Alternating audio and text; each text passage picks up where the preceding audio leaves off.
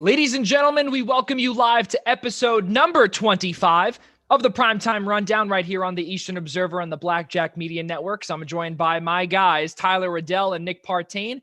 I'm Joey Jarzynka. We welcome you to another fantastic episode of all-around sports talk here during this pandemic. It is 6:01 Eastern time on this Friday evening. Not a sunny day, but it's a little gloomy. So for those that are inside watching us, we cannot thank you enough for tuning in to Eastern Observer and YouTube Live. For those that want to ask us questions, please put that into the live chat to the right of your screen. It's going to be a lot of fun tonight. We have three special guests. We have Rob. Let's figure out the last name one more time. No, go ahead. Rob Longiaru. Longiaru. All right, yeah. All right.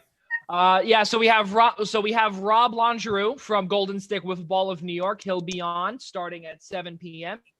And then at 7:30, we have Jaden Daly of Daily Dose of Hoops. And then also NCAA Hoops Digests. Jake Zimmer will be joining us here for some Seton Hall, UConn, and Iona sports talk, and also a surprise out of Queens and St. John's tonight. So we have a lot of things to discuss here. But first, we're going to start off with something that has happened this past week. And we were speaking about last week, actually. We were speaking about off camera earlier about some extracurricular programming, if you will, by ESPN. And it actually all ties back in from last week to now because they had some cancellations of certain sports, and now they actually just brought in a sport such as baseball, but in the KBO, the South Korean Baseball League. Now, that started airing on Tuesday morning of this past Tuesday at 1 a.m. live on ESPN. Fellas, I'm going to ask you this bluntly. Does any of us care about it? I do. All right. Let's hear it. So I actually, as soon as I'm done writing, I'll answer your question, Q-Tip, Joey. So I actually stayed up. I caught the opening night game with the Samsung Lions and DC Dinos, or FC Dinos, whatever they're calling themselves. They sound way too much like soccer names. It gets very confusing. Well, when you said dinos, I was thinking like the dino nuggets, like the ones that you get at the freezer aisle. Right, those are good. Those are pretty good, Nick. No, I was okay. So long story short, me and my friends are up playing PlayStation. My room, I have two TVs so I can play and watch. And I'm scrolling through the channels. I hit ESPN and I see Korean baseball. I'm like, what the hell? Like, I didn't know this was a thing. So yeah. I did like probably 30 seconds worth of research. I check it out and they're like, oh yeah, ESPN got a contract to show the Korean baseball till MLB starts. And I'm like, all right, this is sick. I'm going to watch this. And I'm not going to lie, it was actually pretty interesting. I was reading some things that they were going to have like robot fans in the stands. I was kind of disappointed because I didn't see any. But it was also in the middle of a rain delay. So, I mean, the last thing you want is for a robot to get wet and then, they start a revolution. I was literally going to say, and then they take over the world. I was hoping he was going to be serious about it. And then it would be like the Terminator movie, in real life. Yeah, we've all Mike seen Trout's going to come back in the future and take them all out. Yeah, we've seen iRobot. It doesn't end well, but yeah, it was like, it was actually, it wasn't like you would think you were like, all right, I'm going to watch some low quality baseball for a few hours. It was actually like pretty, I think the final score was only like 4-0, which I mean, by baseball standards nowadays isn't technically a blowout. So it was actually really intense to watch. I mean, I don't know. Did you guys catch the games or? Well, I can say this. No, I was in about my second dream by the time that the game started, which it looks like, Tyler, it's about like 2 a.m., right? That's usually the time that you're up and you're moving by that time. First pitch was even later because the game was supposed to start at 1. They hit the rain delay. I don't think first pitch was until almost 2:30. Woof. Well, all the start times for the game on ESPN are like 1:10 or like 5:25. I'm not staying up for the 5 o'clock games, but it was, if I'm up, I might as well have it on in the background. Yeah, I mean, absolutely. You know what? And I'm going to be 100% honest with you. I have not, and I think I've said this in previous episodes too, is that ever since March 12th and sports was canceled, because I work in sports, it's almost like you need like a breather. And I've said this to Nick personally and both on camera too. It's almost like you need a breather, and you just need to escape from it sometimes, And I have not turned on ESPN in almost a month. So no, you know what? I actually have to go to sleep listening to that. And I want to hear what Carl Ravitch and Eduardo Perez, how they broadcast it. And for those that don't know, they broadcast it from their homes via internet. That's pretty cool. And, they have these, just by looking at some of the teams, the Kia Tigers, the Samsung Lions, the Doosan Bears, SK Wyverns, the Hyundai Unicorns, which are no longer, the LG Twins, the Lot Giants, the Hanwha Eagles, the Kiwoom Heroes, and the aforementioned NC Dinos. Not bad. And some of the presentation was great. Yeah. And the attendance, Tyler, too, is not that bad either, just by looking at it. And their baseball capacity, it's not the worst. Well, I can tell you that Monday night the attendance was a grand total of 0. But yeah, well, let me the capacity, the stadium capacity. No, the field itself was gorgeous. The stadium was beautiful. The field was, I couldn't believe how good it looked. And like I said, the presentation of the entire game was amazing. They had Eric Thames on doing half the game. That's great. And if I'm not mistaken, he was also a part of South Korean baseball at one point. Yeah, he was. I'm pretty sure, if I'm correct, he stepped away from the league for about a year or two and played with the Dinos, and then he just got picked up by Washington.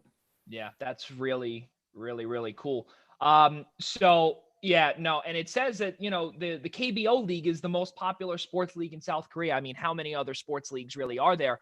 But then also, we've seen that some of these guys in the dugouts are wearing masks and everything like that. We know, I think all of our viewers know the how we feel, all three of us, how we feel about whatever it is. So we won't go into that, but I think to see it at 1:00 in the morning when we all have jobs, when, Nick is a full-time accountant, I still work from home with sports. It's very difficult when you have to clock in at a certain time and you have to be up at a certain time, or simply it's just you don't want to watch it. To me, I think that there would be maybe one time I'd watch it just to see it. It doesn't really interest me. I don't know, but and this is something that we've said in our early shows when soccer was still going on and Nick was talking about soccer. Where soccer is growing, baseball is dying in this country. It is.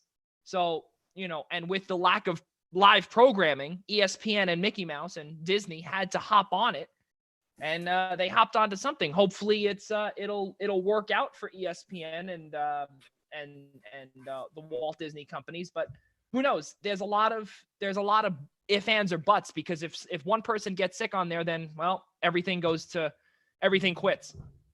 The difference is there's no new cases in South Korea anymore. They've eradicated this. They shut down way quicker than we did. They figured it out. They quarantined the heck out of it. They did a wonderful job of smothering this thing before it got as bad as it got here. So they're basically almost done with basically being able to say this isn't here anymore. Everyone who's had it has lost it. They don't have any more people getting it. It's an incredible job of them by being as safe as humanly possible. Now they're just waiting for things to go back to normal when they get a vaccine or some kind of antibody that everybody can have. And that's basically all they have to do now. For me, it doesn't interest me. They could put it on at prime time, play replays. It's just not going to interest me. My general rule of thumb is that if it's not the best league in the world, it usually doesn't interest me. The only real exception to that is Major League Soccer because it's domestic. I don't watch as much of the European soccer games. They're on at the crack of dawn, and it's harder for me to access. I'll watch a little bit of it here and there if they have a slightly later game that starts like late morning, but every other sport, just like even college sports, barely interest me because I just can't stand watching the players that aren't the best. It just doesn't appeal to me. The personality of a lily pad. What? You have the personality of a lily pad. You don't like anything. I like professional sports. I don't know what to tell you. That's my interest. I can't get excited for college basketball where they make 1 out of 50 shots and the shot clock lasts 10 minutes. It's not fun to me. So the only pro sports. For the most part, yes. My only exception is soccer because American soccer is not the top one. Wrestling just doesn't interest me in general. There's nothing against it. It's just, I don't know. It didn't really appeal to me. I can sway your mind on Tuesdays at 6 o'clock on the Essential Wrestling Podcast. I've watched wrestling before. My brother used to be really into it. I watched some of it with him when he was really into it. It was all right. The storyline is what you watch it for more than the actual wrestling. At least that's what I got out of it. I got more enjoyment of seeing the guys yelling at each other and following that kind of thing, the rivalries and the who's teamed up and whatnot, than it really was the wrestling. But I don't fault people for enjoying it. It's fun. It just doesn't interest me as much. I think it's the predetermined outcome just stuck in the back of my head, knowing that I'm just trying to read what the writers are saying, not really who's the better wrestler. But okay, I respect your opinion because you said predetermined and not fake. They're actually wrestling out there. Those guys get hurt. They're taking a beating. Fake is a generalization that people use, but yeah, it's predetermined is what kind of irks me. I wish they would at least let them determine who the better wrestler is and have the person win based on that. Not necessarily that they're really fighting each other, but determine in advance who they think is better and have that person win. I feel like too often it's all right, who are we throwing on top this week? Who should be the guy who wins? And I don't know, it just doesn't appeal to me as much. So just to go off of that point of, wrestling or whatever, I love the fact whenever they throw chairs at each other. That's fantastic. Well, yeah, we need more of that. And you're 5 years too late. Oh, whoops. All right. Well, I like to play the old WWE games where you get a sledgehammer out there whacking guys. I want that completely uncensored violence of these guys beating each other with whatever you can find under the ring. All I could think of is in the movie Spider-Man with Tobey Maguire and Bonesaw is ready. No. No. All right. Well, I tried. Another defunct club, actually, or a dissolved club. This is a fantastic name. Sasang Bang Wool Raiders. And it sounds exactly the way you hear it. Sang Bang Wool Raiders. And there's nothing dirty about it. It's just Sang Bang Wool Raiders. Oh, and yeah, what I said last week was really bad, but that's not pushing the issue. Do we really have to make that connection on the air? No, seriously. Somebody signed a contract to legally make that the team name. I know, but you don't have to say that it's a reference to something else. Just, we know that that's what that is. Well, that's all right. No. Yeah, we don't have to bleep that. Well, no, we don't have to. And not only that, also was that it didn't, don't worry. Whatever. Now, just messing with you, for crying out loud. What's next? Moving forward with baseball and with Major League Baseball, there's a lot of rumble. There's a lot of rumblings out there. And Joe Girardi was one that heard this as well and reported this on MLB Network that July 1st we could see an opening day. We could see an opening day. Trevor Plouffe was the one to former Minnesota Twins player. Trevor Plouffe was the one to spill the beans on that one, if you will. But then also just a couple of weeks ago, this is a little bit older, but this is good to tie in here. Buck Showalter has said, and we could thank Tyler for this one. Buck Showalter, fanless games, quote, fanless games would be a mistake. So I can't fault Buck. And the reason why is because he he managed a game in Baltimore that was actually with no fans. It was under a different circumstance. But if you ask anybody, right, literally anybody, how is it going to be in a ballpark with no fans? I think you can ask Buck because he was there. He can give his opinion. He may have other political opinions or whatever the case may be. But in terms of just asking the question of how does it feel with no fans? Well, he knows it because he was there. Fellas, do we see a July 1st start and where? I mean, I don't see it possible. And I think, and I just want to tie this in. When I spoke with Chicago Cubs head coach Anthony Iapoce on the Zoom interview series, it didn't really, I didn't get a direct answer, but I got the insinuation that he was on the same side as Nick.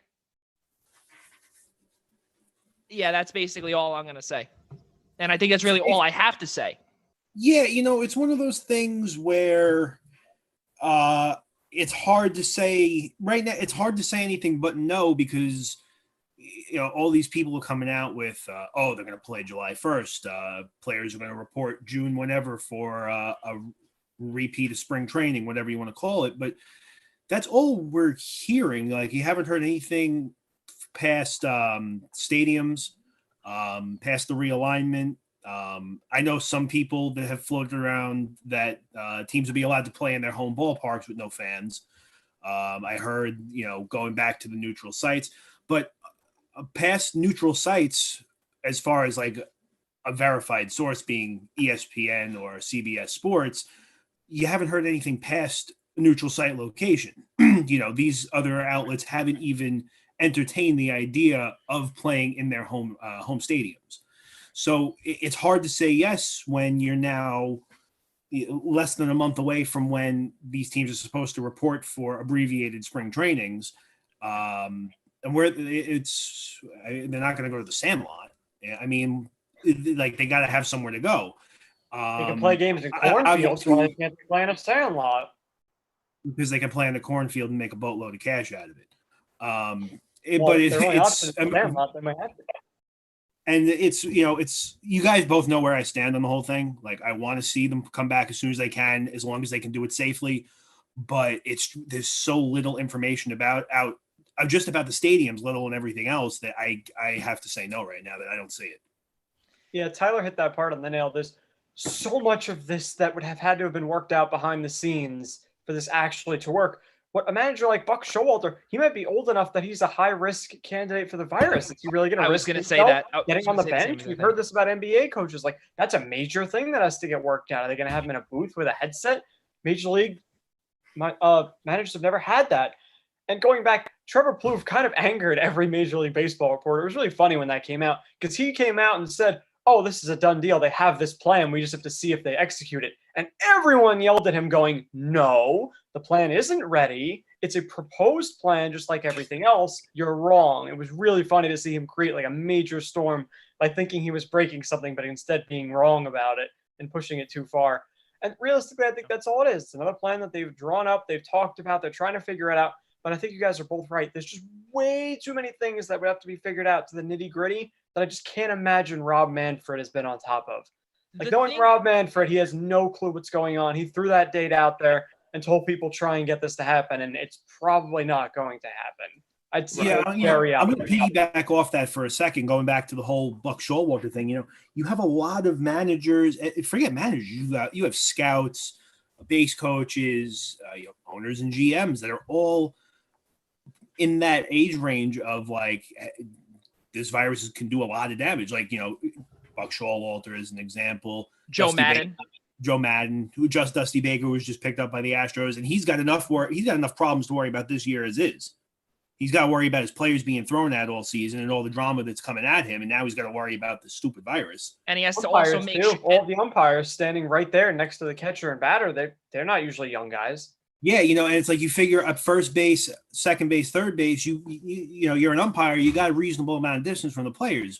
At the plate alone, you have three people all within 1.5 feet of each other. Yep. So if one of those guys has it, it's almost a guarantee that in some form or another, the other two are most likely going to get it. And when you're going through the entire lineup, you could have half your team out by the end of the night. Right. And they got to just be very, you could throw masks on the umpires.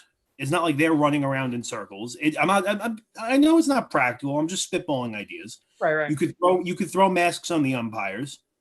I don't see players wearing masks. It's going to be impossible to breathe in 100-degree weather trying to run out an extra base hit, or even run up the first baseline to run out a ground ball. Right. Well, the only way to avoid all this is if they have mass testing, where every single player, umpire, and coach and base coach can be tested right before the game, play the game, go right back to an isolated apartment or something and then come back the next day and get tested before the next game. It would just have to be a daily thing. If they can get that kind of thing settled, then that's a way to do it. But it's a lot to deal with when tests are still needed in other places. To have this many used on baseball players, it better be in really mass quantity available everywhere. To use such a mass amount on something that's not essential. And the biggest thing coming out of the test would probably be, who's going to fund it? Is it up to the team to fund it? Is it up to the league to fund it? Are they going to fund the straight coronavirus test? Are they going to be funding the antibody test? There's so many things that still haven't. I would hate to sit here and try and tell you that they haven't been spoken about, because I'm sure it's been brought up, but it's the fact of they're not, and I don't blame them for not pumping out information that might not be accurate, but it's like, you can't have people, regardless of who it is, start throwing out all these dates and then not give any more information to it. Right. Well, that's the whole thing. That's how rumors begin. That's how rumors spread. And especially now, and I think we've spoken about this before, is that, we've been, in agreement to disagree with certain aspects of this. And, we look at some people who need sports back in their life, like literally need it back. Otherwise they could do harm to themselves. It's a very rough line to talk about, or tough topic to talk about. I personally, and I'm going to end it here, fellas, with this, just because it's this could be a whole 2-hour conversation on the same old thing, and then it gets into politics, and then it's not positive. To me, I don't see it happening, and that's really all I got. I don't see it happening. And you have guys like, again, Joe Maddon, Buck Showalter, who's obviously not in the league, but Joe Maddon is. But then you also have guys that are in their upper 50s that are getting close to that age, I guess, threshold where they are risks. That's all I'm going to say about this. Moving forward with Major League Baseball, Yadier Molina, catcher for the St. Louis Cardinals, he says, according to Tyler a few weeks ago, and credit to Tyler for this because I did not catch this, he's willing to enter free agency if the Cardinals do not extend his contract. And he hasn't been the healthiest guy of all in recent years. How much money do you think he'd get if he actually hit the open market? Not a ton. I don't know. I think more than people think, just for his brain. Imagine having Yadier Molina as your backup catcher. Imagine having Yadier Molina working with your pitchers and a young catcher on your team. Like a really high market team with a really good chance of winning the title with a catcher who might not be great defensively. Think about the Yankees. Wouldn't he be an excellent candidate to tutor Gary Sanchez as his backup? If I'm the Yankees, I'm jumping on that opportunity to have him be there. You don't need him to be your starter if you're a team like that. I don't think anybody will pay him to be the starting catcher. And honestly, at this point in his career, he may not look for that. He may look for a team where he can win a title as a backup, play a decent amount of games, tutor a younger guy, and make his living that way. But I don't see it being a no-interest scenario, because backup catcher is an important position on every major league team. Someone will want Yadier Molina, and I think there'll end up being a couple of good teams bidding for him. He's a player that brings value even if he's not playing. So it's one of those things where everything taken into account, going into the last year of his deal, he's making $20 million at 37 years old. He's not coming anywhere near that unless he goes to a team like the Yankees, who will famously overpay for him to be there, which I hope but they that's don't. insane. This is a Yankee regime. They don't do that. No, I don't think he's going to get anywhere near the 20, but I could see the Yankees showing a team like the Yankees shelling him out a 1-year, $12 million deal because they're that desperate. I think 12 million. I think 12 million for his brain is definitely because you know what? Exactly what Nick said is that who knows if you're going to be 100% paying for the bat, you're going to be paying for the defense, but you're going to be paying to tutor these guys. That's the whole thing. And for instance, for a young team, you know who I honestly can see, which may not be, and I think this is a bold statement, an up and coming team, if they do it right, the San Diego Padres. Well, them I could see overpaying. That's more of their MO. Yes, Oh, them I could see.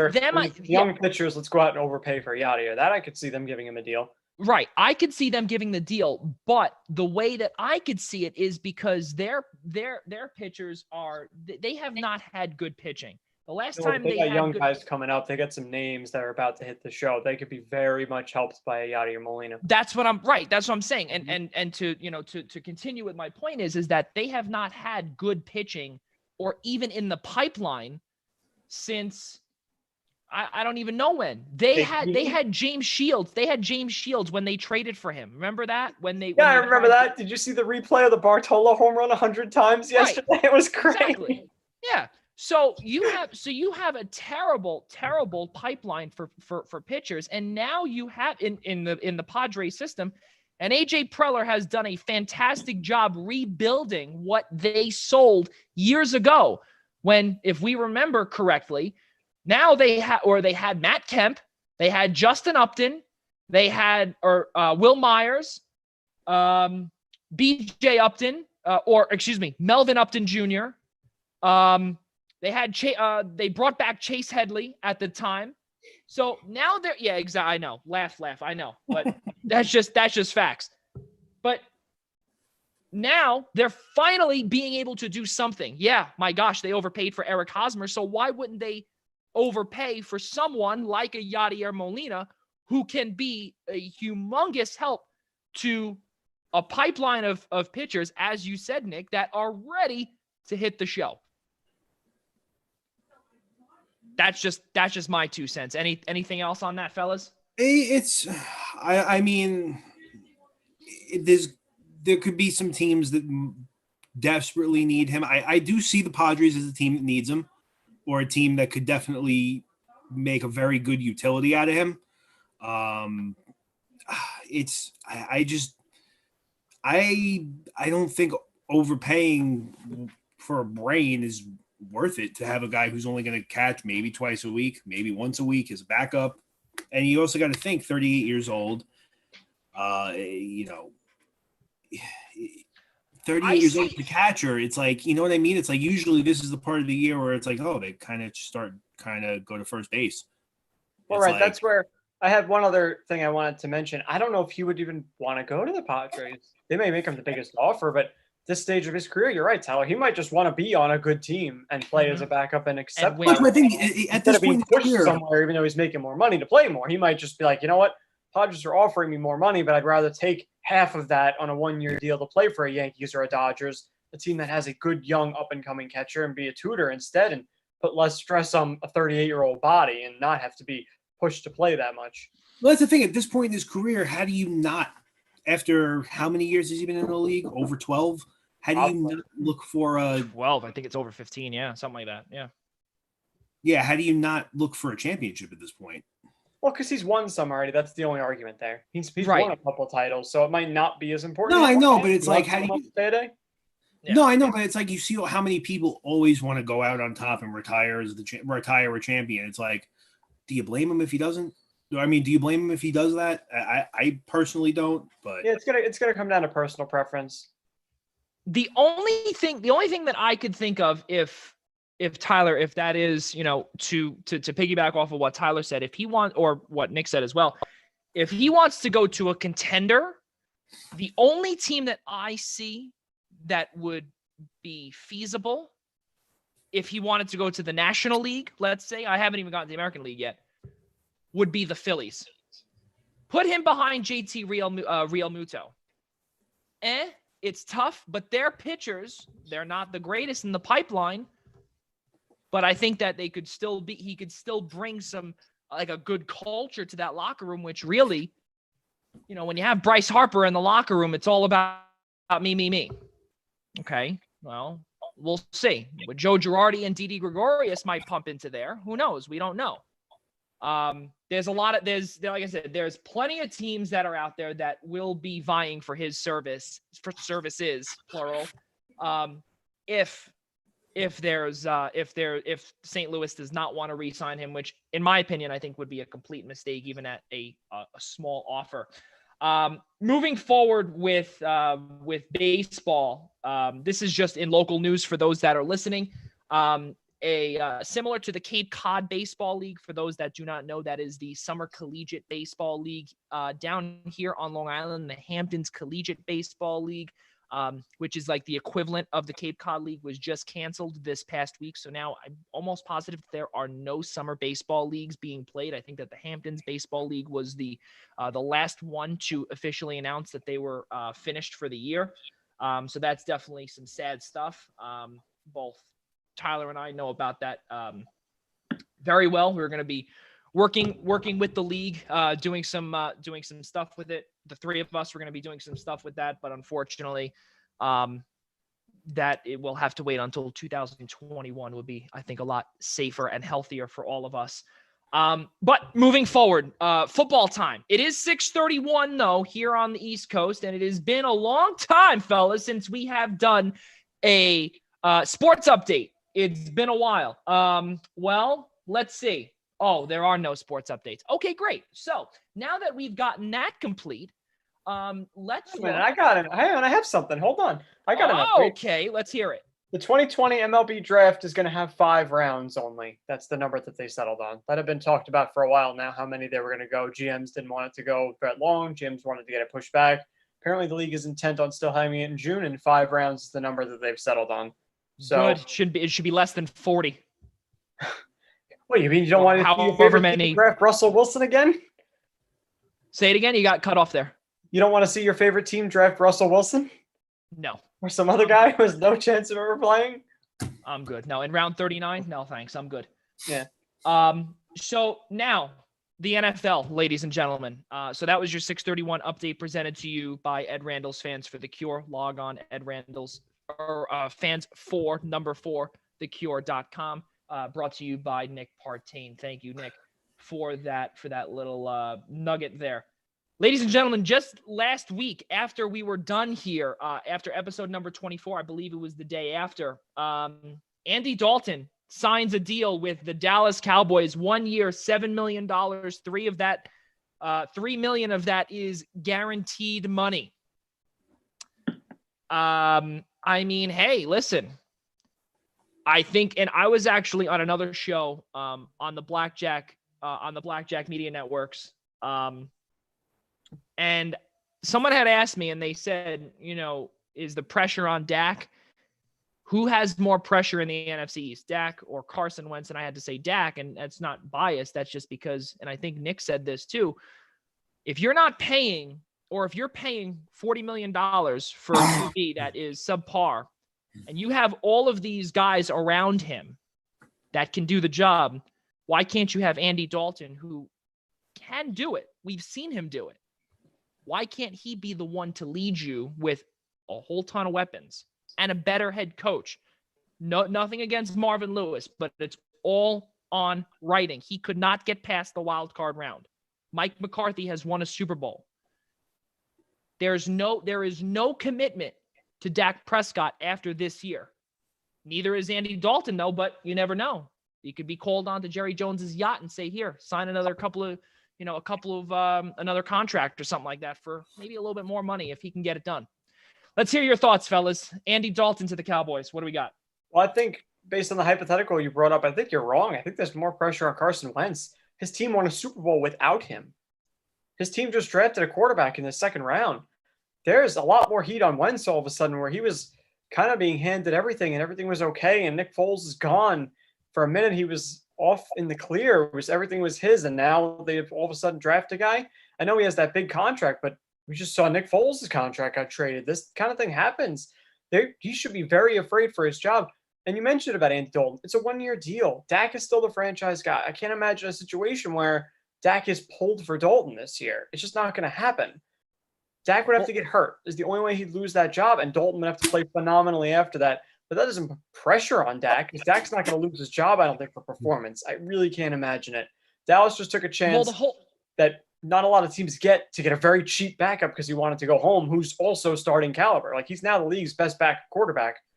Yeah. So you don't turn that down. Well, the reason why I did say Dak is because he hasn't gotten the $40 million that he's wanted. Carson Wentz has gotten all the money in the world. Yes, right now he wants to lead his team to the promised land, but he already has all the guarantees. Dak Prescott does not have a single guarantee following this upcoming year. So if he wants his $40 million, he has to prove it. And that's why I'm saying right now he's playing for that number. And if he does not live up to the hype or potentially even get past the divisional round, the second round of the NFL playoffs next year, if there is one, why would any team want to pay you $40 million if you can't get past that round? And let's say, for instance, he does, as you did say, if he were to get hurt, yeah, that would stink. And he would have to go, and he would probably, play on a 1-year prove-it deal for sure. I'm assuming Jerry Jones would give that. If he was not stubborn and would take that, but we don't know. Obviously, we're just saying random stuff now and hypotheticals. But if that is the case, God forbid, he could lose out forever and he might not be able to get back to that level, what it could take mentally, physically. That's the thing that I'm saying, because Carson already has his money. Yeah, it stinks and he wants to get it to the promised land, but that money, he's already got that guaranteed. And you brought up Nick Foles, Nick. Okay. You brought him up. He's got guarantees as well. So he's getting paid. He's getting paid to just sit back and get hurt on his collarbone or to potentially take Mitch Trubisky's job. Tyler, your thoughts on this? So I'm going to do my best here to actually play devil's advocate for both of you. Let's hear it. Because, I hate the Eagles, but I'll give them their credit where it's due. And I hate you. Go ahead. What? But I hate the Eagles. I'll give them their credit where it's due, but that day is not going to be today. He didn't hear me, but go ahead. So, no, I heard you. I just blew it off. So here's the thing. I see where this puts Dak Prescott in a hard spot, because the Cowboys go out, they sign this very low risk, moderately high reward player. They only guarantee the guy $3 million. There'll be incentives for him. He's probably got incentives in case this guy gets hurt and he's got to jump in and play. No question about it. So it's one of those things where it's like, hey, if you want $40 million, great. Here's a football. Here's a loaded receiving core. Right. Here's a top 5 running back in the league, arguably top 3 some weeks. Go do stuff. Go bring me a title.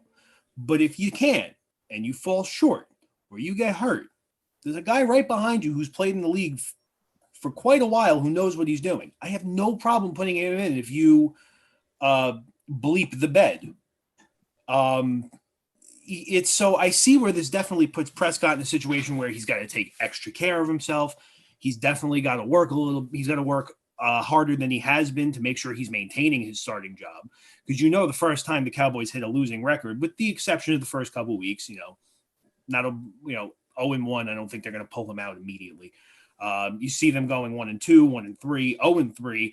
You might see them mix something up. But I kind of see where this puts a little bit of pressure on Carson Wentz.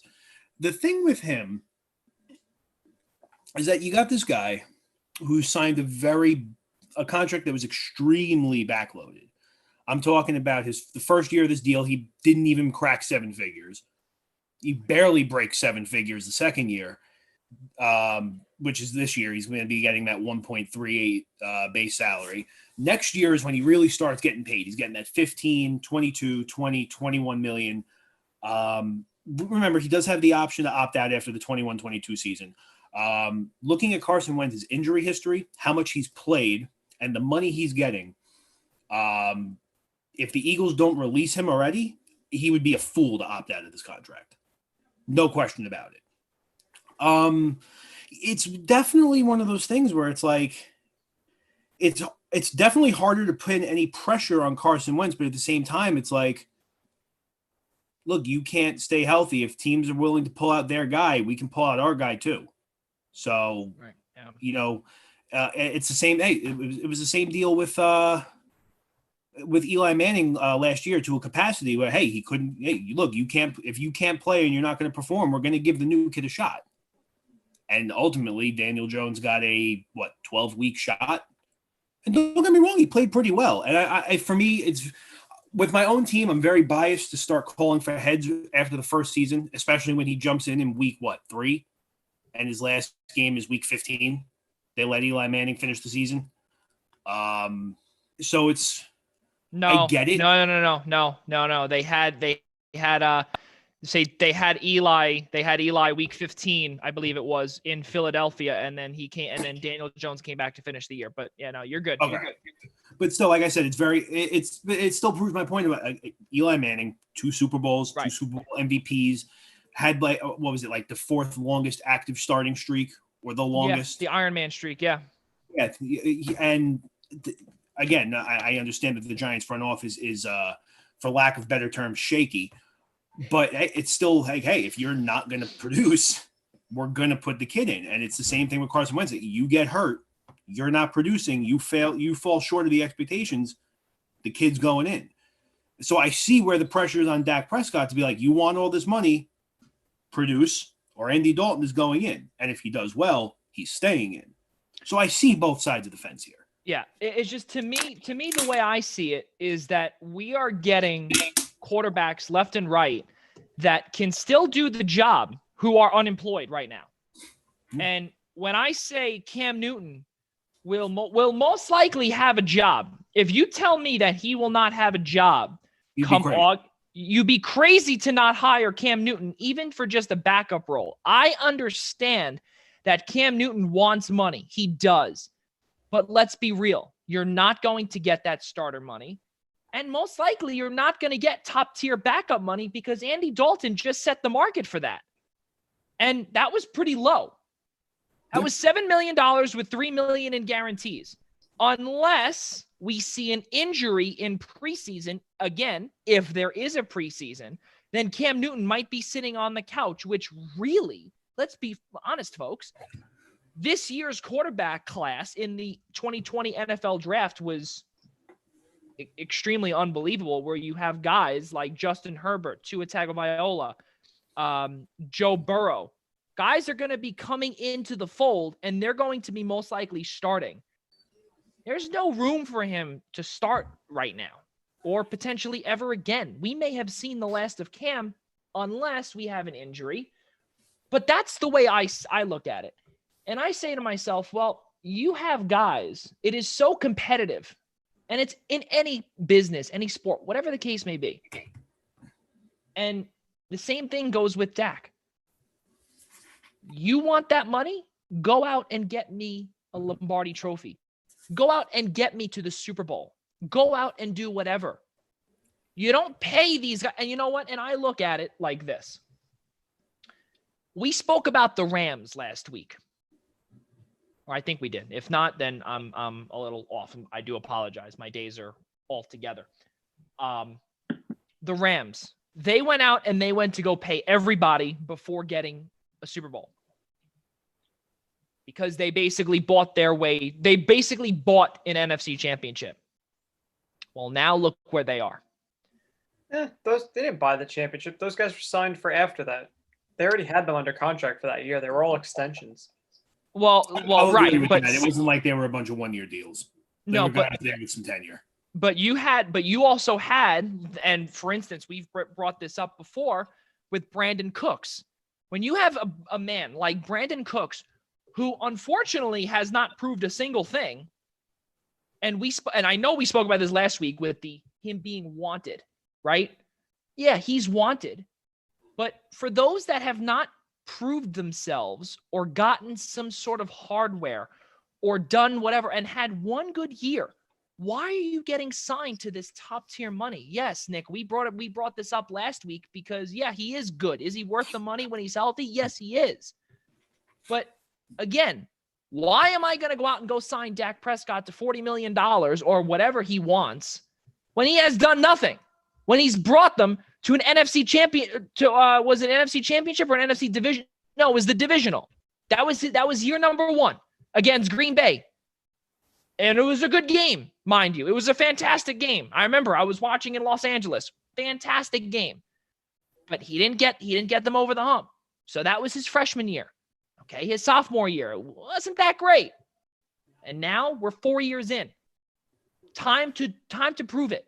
And he hasn't done that yet. So this year, in my opinion, if you don't prove it or if you don't get what you need to get done, why am I going to pay you $40 million when I could go out and go pay Cam Newton, I don't know, $15 million and go get some reinforcements on defense or reinforcements on the offensive line? When you also just had I think Travis Frederick, I think his name was, the offensive lineman.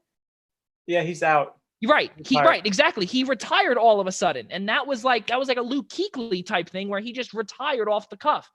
Well, now that takes a massive hit to your offensive line. So now you have to recoup some funds. And he was big. And thankfully in the NFL, it's not like in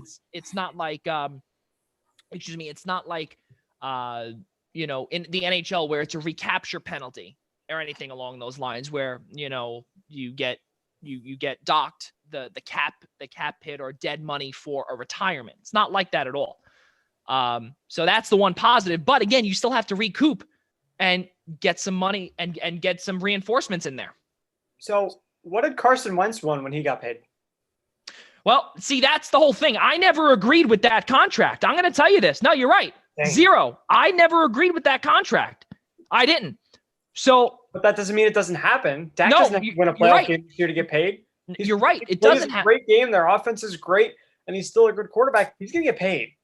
There's no way they play Dalton and say, no, we're going to go cheaper here. I can't imagine Jerry doing that. But he's not going to get paid 40. He's not going to get paid 40. He's not going to get paid 40. I'm telling you that right now. I could tell you that. They're arguing his value being in the low 30s to like the mid 30s. Mahomes is the only one who has a chance of touching 40. The high number right now, I think, is 33, 32. So there's no way Dak is getting 40. They're not going that far over. Well, that's a couple million and all kinds of other recapture and guaranteed money. Like, those are the things that are really getting argued more than his exact salary number. It's probably all the semantics, no trade clauses, length, guaranteed money. That's more of the stuff that's important for their negotiations. But I could very well see Dak having another season like he just had where he was pretty good, not great. I saw today someone was tweeting about how his numbers against better teams were really bad. Like, they just weren't top tier. He feasted on lesser opponents. So I could see him still getting a contract of about like 3 years, $90 million, like Kirk Cousins just got from the Vikings a few years ago. Something like that could be in his range if he doesn't go berserk. But I can't imagine a situation where Andy Dalton is the one taking over at his age into an offense. He doesn't have the upside to win you a Super Bowl. Jalen Hurts, on the other hand, not only does he possess that upside, we just saw him have a couple of fantastic years with Alabama and Oklahoma putting up great numbers. But he could get on the field even if Wentz is healthy in gadget plays and packages and things like that. And Philly fans are pretty passionate. He comes in and makes a couple of splash plays and Wentz has a couple of bad games. They're going to hear about it. They're going to be things going on like that. And Wentz is way more likely to get hurt. So it's just another reason that Hurts could end up getting in. And if he plays great, you remember Alex Smith on the 49ers, you might not get your job back, even if you were playing well. If a young guy comes in and shows more upside, he's a better player. The NFL doesn't care. The better guy's going to play. Right. And I agree completely. But the whole thing that I'm saying is that, yes, and I'm going to say this with all transparency. There is no bias in me with that because I never agreed with any of that. When I saw that and I saw that number, yeah, okay, it was the highest guaranteed contract ever in the history of the league, surpassing Kirk Cousins' $84 million guaranteed. Now, you have, I think it was 100. I think it broke 100, if I'm not mistaken, in guaranteed money. Which, I mean, really, that's just Jeffrey Lurie's problem. That's his wallet's problem. When he looks at it and says, "Oh, it's empty." And what did I get? I got one Super Bowl with Nick Foles, who was a backup for me. I never agreed with the whole thing.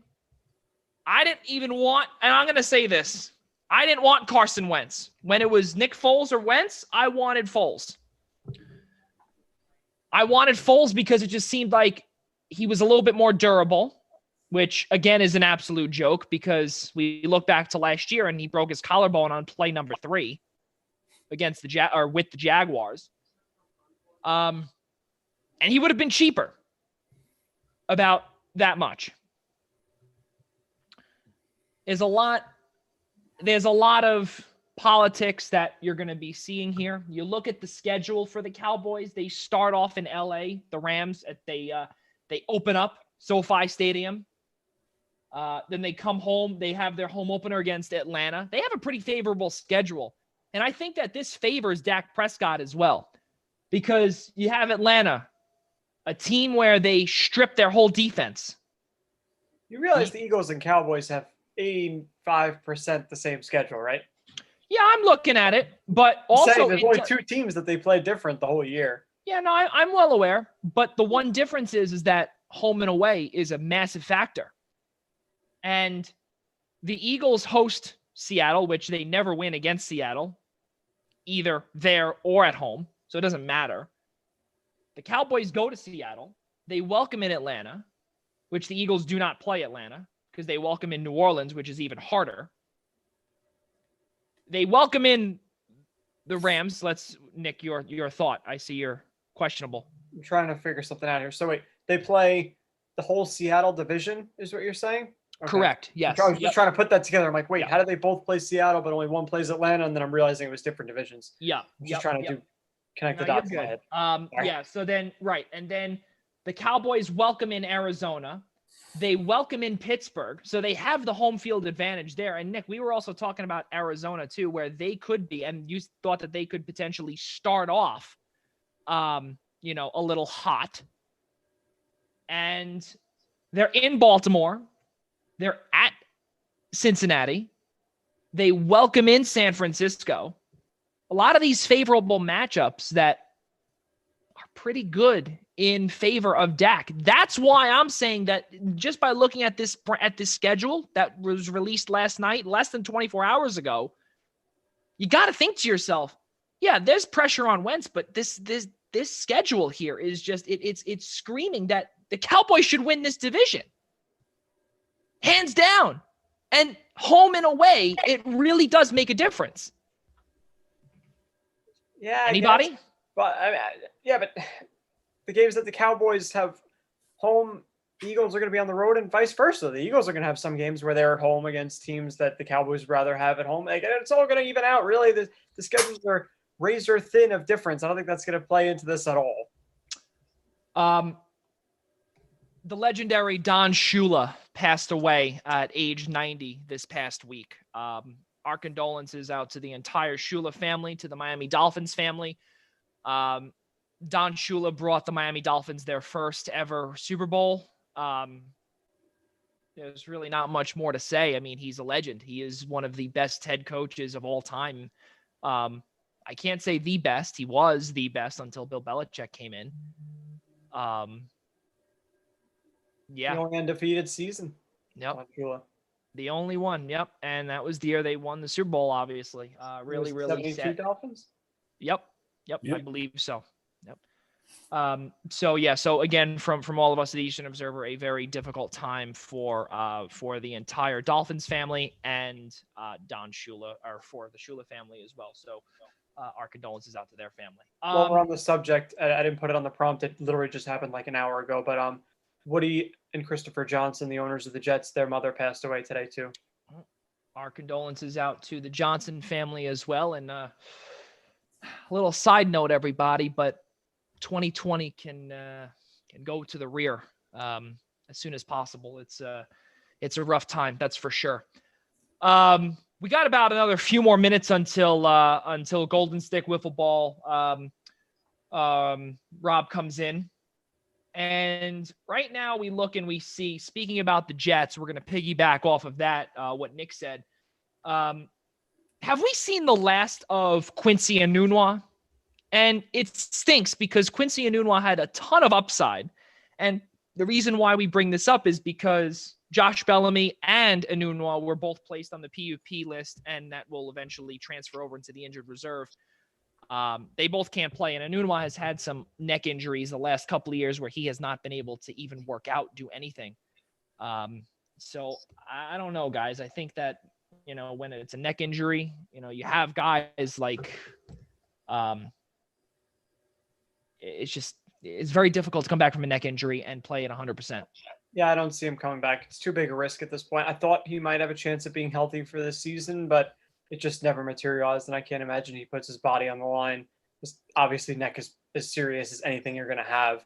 And the fact that it's been years now since he's played just shows that it's just not going to happen. It's probably over. And you're right. He was a 7th-round pick who ended up making the team. He had one really good year. He earned this contract. He worked his way up to the point that he had gotten to. It's just really disappointing to see something like this take him down. Tyler, anything? Yeah, it's a shame.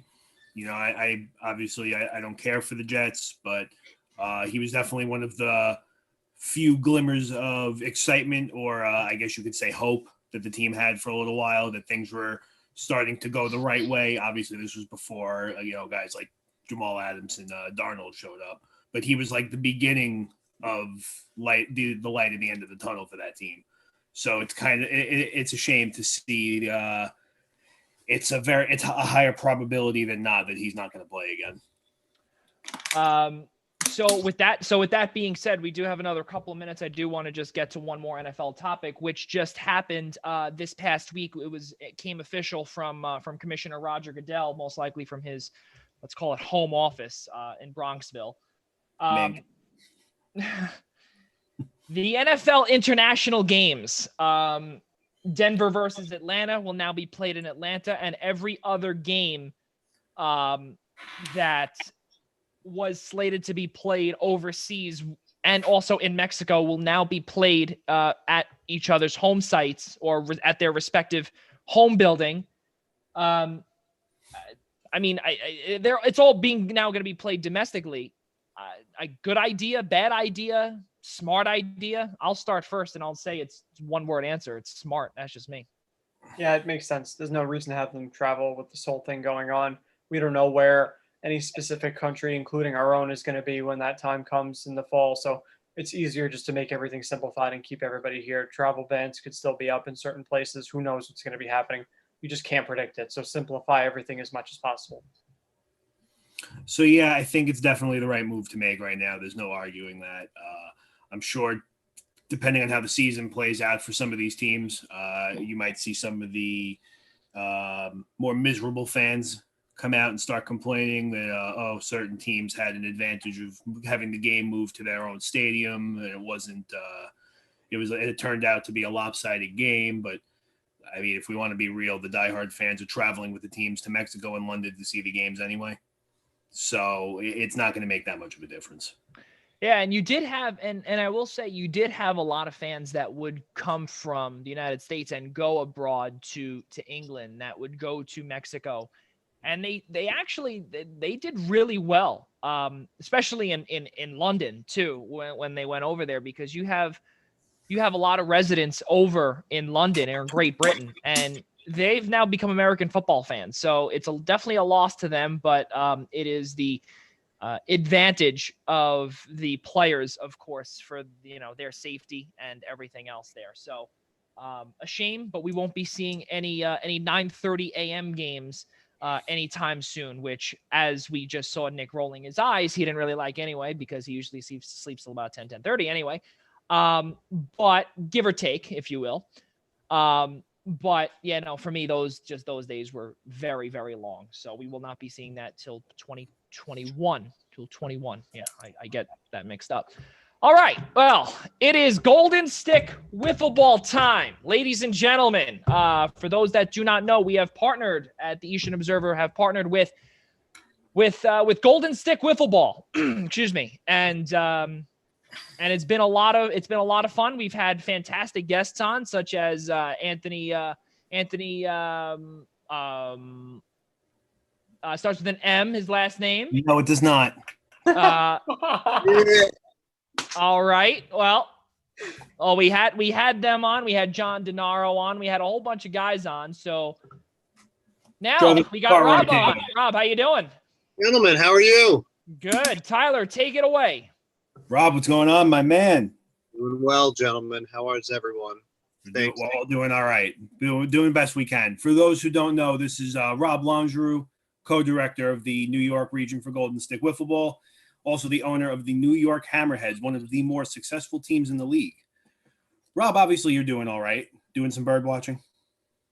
course. Very busy. Always got a bird watch.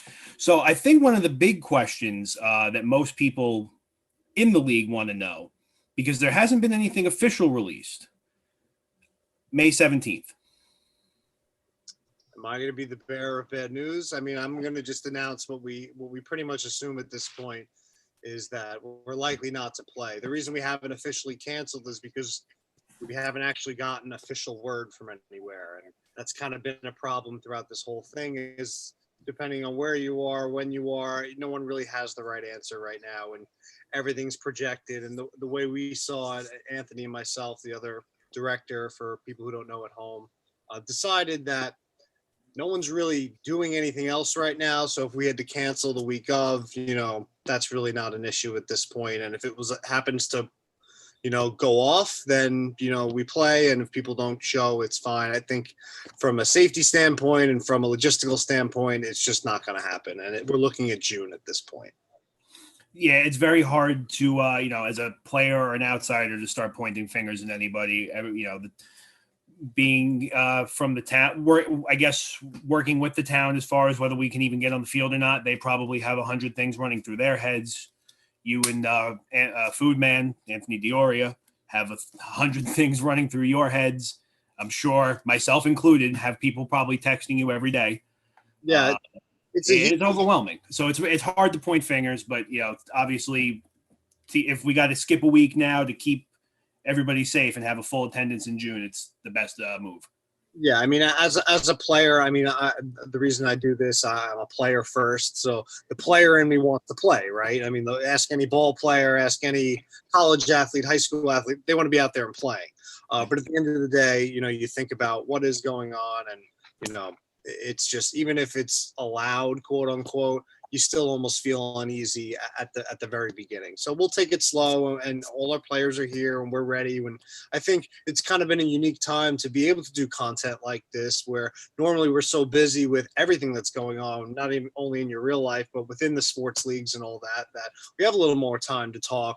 And a lot of times the season comes and goes so fast, and such is life. It comes and goes. And, if you don't, reward the moments and really talk about them, you lose them. So I'm happy to be here and chat.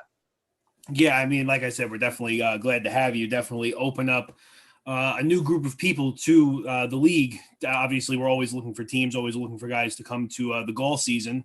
The last couple of years, that's definitely been a big way of how people have dipped their toes in the water of the league. So it's important to keep the ball rolling to some capacity.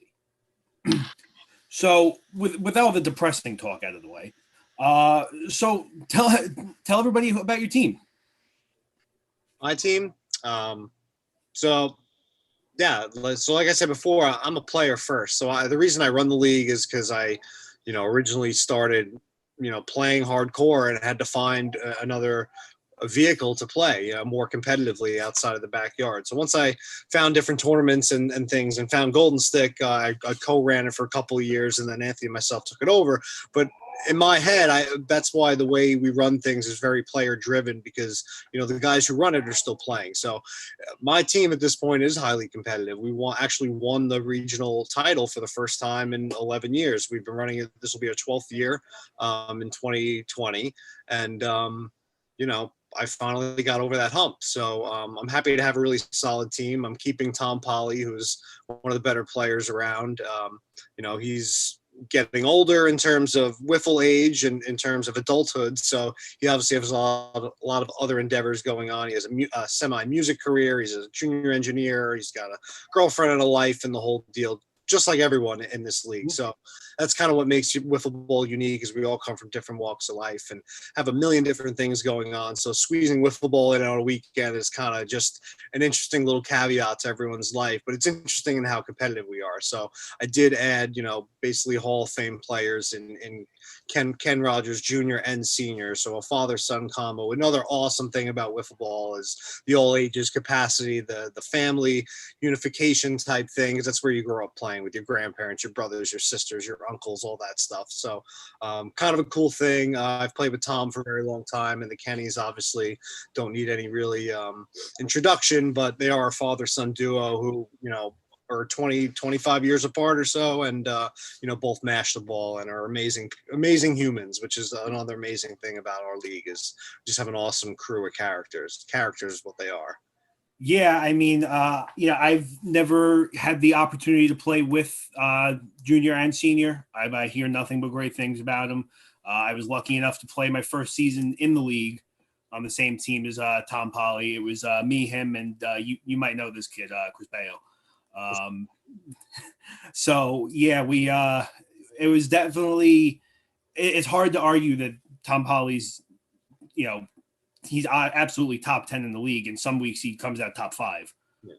So he's definitely, no matter what team you put him on, he's by far an asset. He makes your team better just by standing on the sideline with you. And we dumped Phil Freziello, who's one of the worst players in the league. So it was amazing that we were able to win a regional title with, one of the worst players in the league. So it goes to show how good Tom Polly is. I'm just a run-of-the-mill player, I play hard. I hit some home runs. I talk some shit. And, that's what Whiffs is about. Yeah, I mean, it's hard to really explain to people how competitive it is when you're an outsider. Because I'll be the first to tell you, it was I was a kid just Googling wiffle ball leagues in New York. I got lucky and found Golden Stick, and I'm like, all right, it's just a bunch of guys. They make teams every Sunday, and we just play. And then I show up to Bay Park on my first day in 2012, and it's the 6 or 7 fields set up,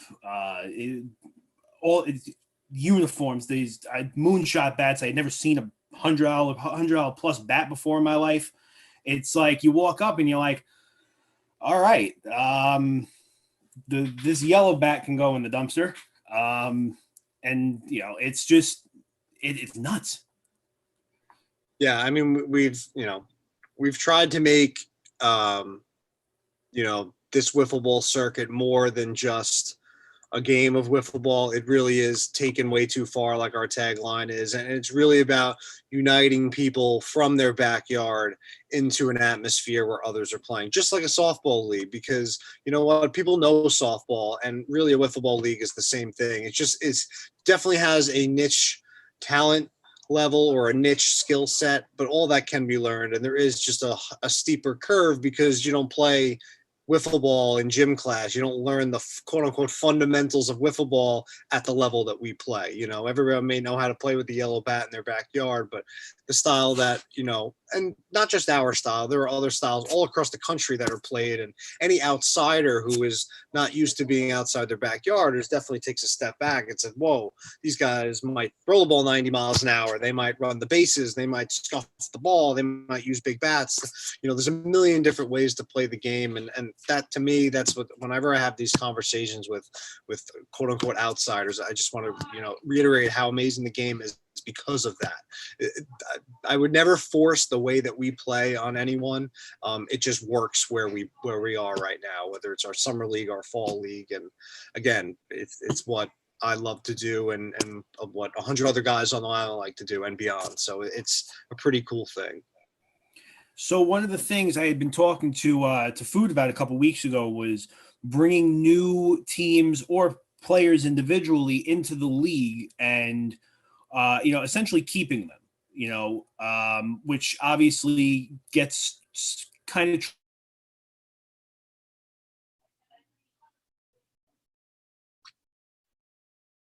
of looks like we may have lost Tyler there. What a shot that is! Where that is. Wow, that is something. That is something. We definitely got to get that. And good thing we are recording there. Tyler, Go ahead, continue.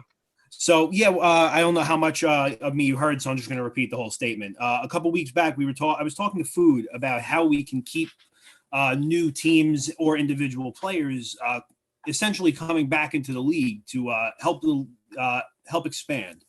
And we talked about a couple of different things, but the main thing was people not knowing anything about the league or just hearing that there was this wiffle ball league that played Eisenhower and anybody can come. And then they see the whole new element of Golden Stick and they get intimidated right away. The most recent example we had of this was, I think the team name was the Force last year, where it was a group of 12 and 13-year-old kids, which I think my personal opinion is, nobody expects to do well their first time around. I didn't start winning games regularly until I was in my third or fourth year here. So what do you think is the easiest way to start pushing people to essentially not buy into the Golden Stick way, but to understand it, to be able to be a competitive player? Well, I think there's different ways to approach it. I mean, we've as a brand, we've tried to be national in the past, so we do have a far-reaching rapport with people all over the country.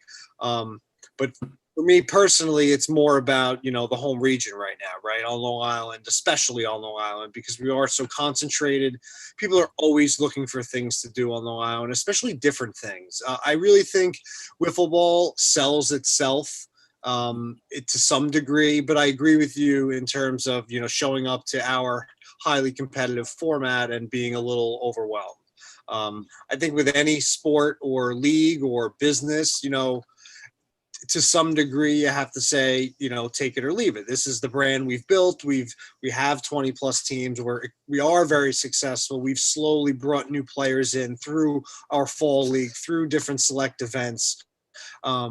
So, I don't want to go straight too far from the recipe that has grown the league, but there is so much potential in everyday weekend warriors that may just play once, twice, but may eventually start to play a little more than that. Case in point, 2011, which is now going to be 9 years ago in July, we ran one of our largest events. It was a fast pitch event, which was highly competitive with guys from all over the Northeast. And at the time I had a hookup in Newsday, and they put I should have pulled it out for the interview. I apologize.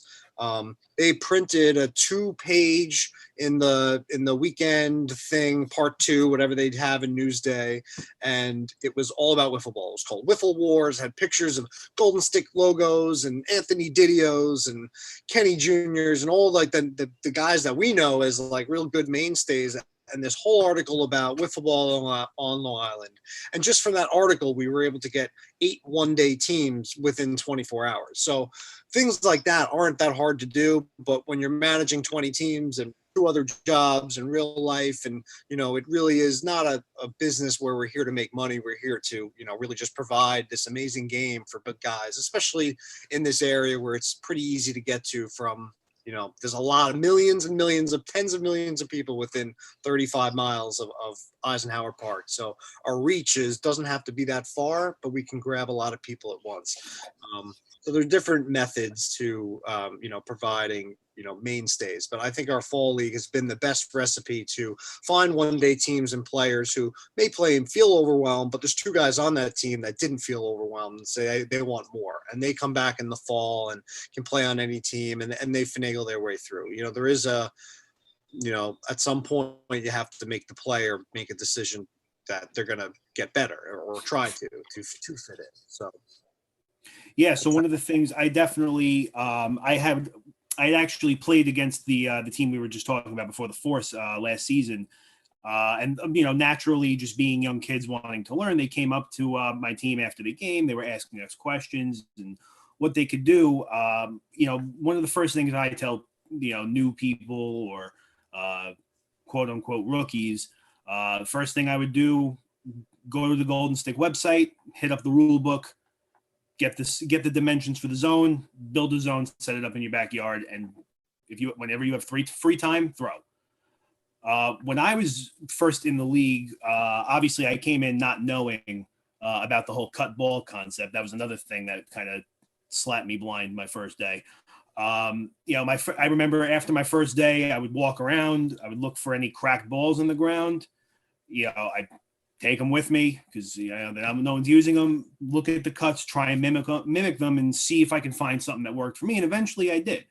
And it's a cut I've used ever since probably week 3 or 4 back in Bay Park. So there's definitely so many different ways to keep people involved, keep them coming back, wanting more, wanting to get competitive, and ultimately letting them build that drive for competitive success through the league on their own. Yeah, at the end of the day, we've provided, a league or tournament structure that kind of gives everyone what they could want out of it. Everyone has their own prerogative. They might be there to win. They might be there for the money. They might be there to have a good time.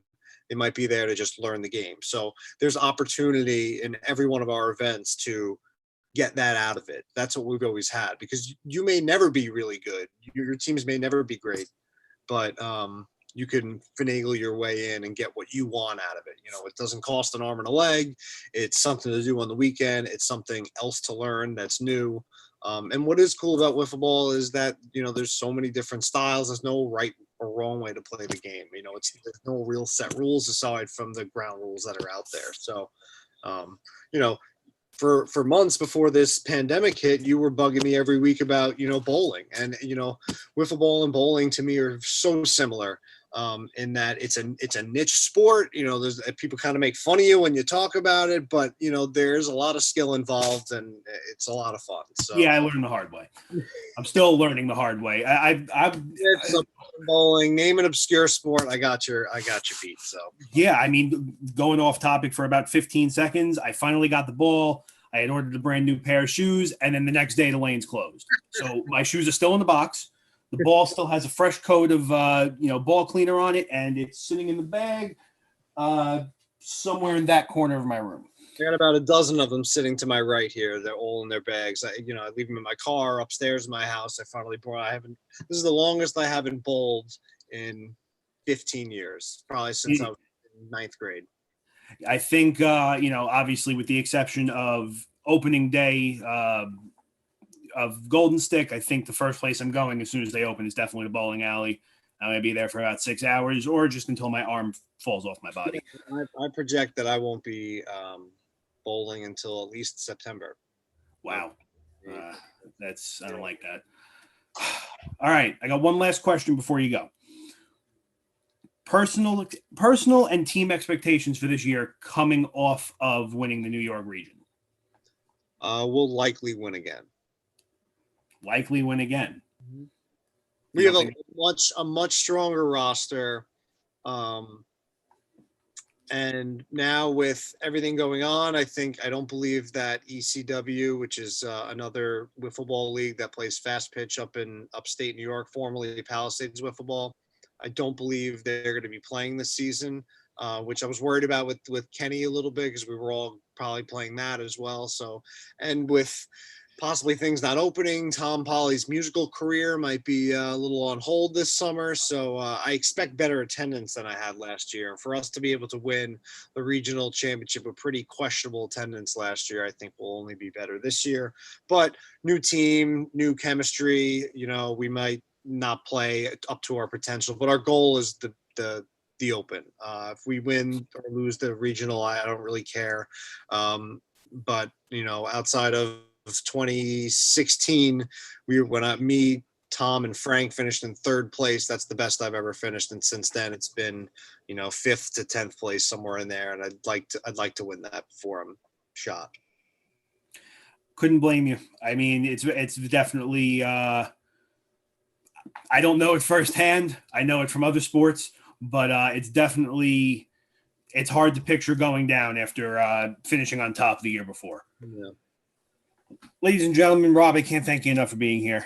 Obviously, just to take everybody's minds off a couple of things on Friday nights for 2 hours and then to come hang out with us for about 25 minutes. It means a lot to us. Can't thank you enough for helping us out. You guys can check out Rob on the Let's Go Sunday podcast. You can check it out right through their YouTube. You can check it out right through their Facebook page at Golden Stick. Rob, anything? No, you guys are awesome. Enjoy the night. Thank you for having me. Rob, thank you very much. Stay safe, stay healthy. And that's and hopefully Golden Stick will be active in the next couple of months or weeks, or let's hope weeks for you guys, I want my wiffle balls. Yeah, we're working on it. I'll get you. Gentlemen, thank you. All right, everybody. Thank you, Rob. Yep. Thanks, Rob. Have a great night. All right, ladies and gentlemen. So that was Golden Stick Wiffle Balls, Rob Longiaro. Right. Joe, I just want to cut you off really quick because you managed to give me such a hard time before. Well, I will tell you one thing. Tyler, and let me just say this. I do apologize if Anthony Dioria is watching. I got it, and I got mixed up with another friend of yours, Dan Mora, okay? So I do apologize. You have a lot of friends, Tyler. It's very difficult. I have a lot of friends. But again, I'm still going to cut you off for two reasons. One, I don't like you, and two, I want to get a good laugh out of you. So you made sure to give me such a hard time when my camera froze. I just want to let you know my phone absolutely exploded with pictures of the freeze. So thank you for that. I can already see that that's going to be this week's thumbnail. So thanks for that. I was really hoping I'd be the only one who got a good shot of it just to say that, but damn, everyone was right on it. I'm happy. Yeah, I got that about 6 times in about 30 seconds. So let me tell you something. And now actually it's very funny because we still have about another 8 more minutes, Bob, before we get Daily Dose of Hoops, Jaden Daly and NCAA Hoops Digest contributor Jake Zimmer in here. But I do have to find a few on Twitter where I've used that as a thumbnail because Tyler's expressions are fantastic, absolutely fantastic. And it's not that he does it on purpose. It's just, it's perfect. So I think we're going to share the screen here, and I want to show everybody what we're seeing here. And just by looking at this here, so there's no reaction here. Okay. And we're going to get to where Tyler is literally like this. And it is a perfect shot. It is a fantastic. Bottom? Say that one more time. Why am I on the bottom? Hey, listen, I don't know, man. I have no control over that. That's for sure. But going back to here, if I can find it, if I can't, then, well, oh, here we go. Okay. We did get it. And this one is absolutely fantastic. Where it's Tyler holding up that, and I just think it's absolutely fantastic. So, I mean, if you look at it, you look at Nick on the bottom. He is very, very, very focused. He's the same face in every shot. That's what it is. He doesn't work for it. I laugh. I make expressions. They're not as good as Tyler's. So they're not sought out. You have to make expressions, and then all the time it doesn't. Your camera never freezes when it's your turn. It's stupid. So I will tell you this. I will tell you this, fellas, is that Tyler, in addition to not a Coke, in addition to his cat being the best meower that we've ever heard out of the history of kittens, I think we need to see the cat. It's unconscious. It? No, it's not an it. Is it a he or a she? That's a good question. Let's check. Oh no. All right. Well, now we might have to. Ladies and gentlemen, Tyler's cat has made an appearance, and it's very similar to when Bill Belichick's dog made an appearance. That is a pretty good comparison. Yeah, Tyler. Except Bill Belichick's dog is light years ahead of my cat in intelligence. I heard Bill Belichick was saying the other day that his dog is preparing for the supplemental draft, so that's one good boy. That would be something for sure. So with 5 minutes to go, fellas, until we get our next guests aboard here, is there any specific schedule that you've looked at, such as the Giants and the Jets? I want to start with Nick, and you look at the Jets schedule, where they have a pretty tough road. And right now I believe they go to Denver. They play in the Mile High City. Not easy. I think Denver's at home. That's a Thursday night game at MetLife. Okay, well then forget that. Then you might as well say the rest of it. Well, they have to go. Well, the toughest part of their schedule, in my opinion, is they have a back-to-back trip out west with Seattle and the Rams. So that's going to be rough. But they were able to. Apparently, Joe Douglas reached out to the league because they knew they were going to have to play both those games on the road and got them back-to-back weeks. So they're going to stay out there. Right. So we're able to limit the damage there. The schedule's kind of quirky for like the worst 12 weeks. I think it's home road, home road, home road. They don't have any back-to-backs until that they have a 2-game home stretch right before the 2-game West Coast string. But they got to play both Super Bowl combatant teams. They got to play the Niners. They got to play the Chiefs. They really have a brutally tough schedule this year. And the team doesn't look like it's a Super Bowl contender anyway. So, but it's not going to be easy for a guy like Darnold who's still trying to get his footing and the whole new offensive line trying to find chemistry with a shortened off season. It's going to be really tough sledding. I can't imagine they come out of this year with more than 5 or 6 wins again because it's just not the time. So it's going to be rough.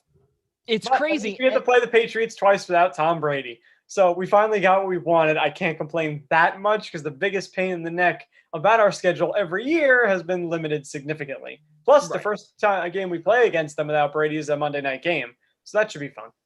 So you look at the strength of schedule and you look from the easiest on paper to the worst on paper. And the easiest is the Indianapolis Colts, where their strength of schedule or the teams that they play is a 480 or 48%. Then you look at Tennessee, which is right below them, 488. Baltimore, 49.4. Then you go all the way down the list and you have the Jets at 52, or rather you could round it up to 53%. And then, or a winning percentage of 52.7. And then you also look at the Giants, who never, and I hate to say this because I can't stand the Giants, but I will say this. Every single year, wherever they place, they could be first place, second place, third place. They could be dead last in the division. And this past year, they finished, if I'm not mistaken, I think it was third in the division. And they still have the league's second hardest schedule. It's not that it's a shame, but you know what? These teams, if they want to win, they're going to find a way to win. And no, seriously, they're going to. No, he's laughing about something else. I'm not laughing at you. I was scrolling through Bleacher Report really quick to see if we had anything to cover, any updates before our next guests come on. And Florida governor is taking shots at the Miami Marlins, and I love it. Well, that'll be that. I don't know if you had heard really quickly about the rumors last week. He was going to start allowing 25% capacity to all sporting events. And he was asked about baseball and what they were doing, and specifically the Miami Marlins came up. And he was asked about the crowds of baseball. Obviously, baseball stadiums can fit upwards of 50,000 people in some locations. Well, Miami's not like that. His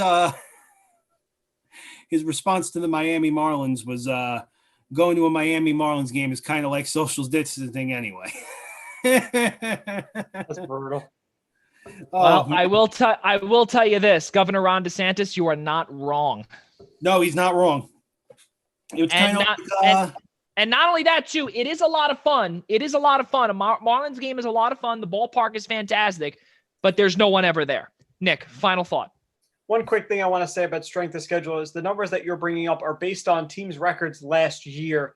It's really hard to apply that to this year, knowing that how much turnover there is in the NFL, how quickly teams can rise and fall. We saw the Rams in the Super Bowl, and then all of a sudden last year they didn't make the playoffs. Things like this happen all the time. Yep. A better way of looking at it, there are other metrics that are used, like strength of look.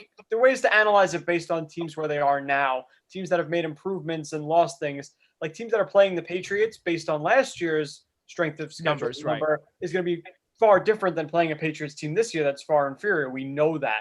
So there are different ways to check it. Every way I've seen it, though, the Jets and Giants both have brutally tough schedules this year. It's just how it's played out. They're playing legitimately good teams that are good last year and should definitely be good again. But in reality, none of this could matter. All the teams that we think are good could be different. Mahomes could tear his ACL week 1 and change everyone's schedules up. It's really tough to look at strength of schedule and get that much out of it. There are very few games that you can guarantee are going to be tough. That's why venue is a big part of it. Going to Seattle, going to Kansas City. Even if those teams are bad, those are really tough places to play. So things like that are just as important as who the opponent is, because who knows really how great each team is going to be. You never know, other than the Belichick Brady Patriots, how a team's going to be. That's very true. But ladies and gentlemen, let's finally admit Jake Zimmer and Jaden Daly. So Jaden Daly, ladies and gentlemen, Daily Dose of Hoops. Jaden, Jake, Tyler, and Nick, you guys can see each other there. Jake, we got a little There you go. You can see a little blurry there, but I think we got you. All right. Where is Jaden Daly? He's somewhere over there. Let's see. There we go. And he's got the virtual background up there. I like that. Fellas, how you guys doing? Uh-oh. We're going in and out here. You can't see Jaden. I think you're blessed with my presence instead for now. But guys, thanks for having me on. This is awesome. Jake, how you doing, buddy? Good to hear from you. Good to see you again. How are things up by you? Everything's good. I have flocked from Providence down to Connecticut. Fairfield County is where I originally called home and did for the first 22 years of my life. So down here, hanging out with the parents, hanging out with the family, and it's day by day at this point. We're close to turning a corner, and you being down in New York, I think it's decelerating a little bit slower than it is up here in Rhode Island. Rhode Island lifted the stay-at-home order today, so. Moving in the right direction.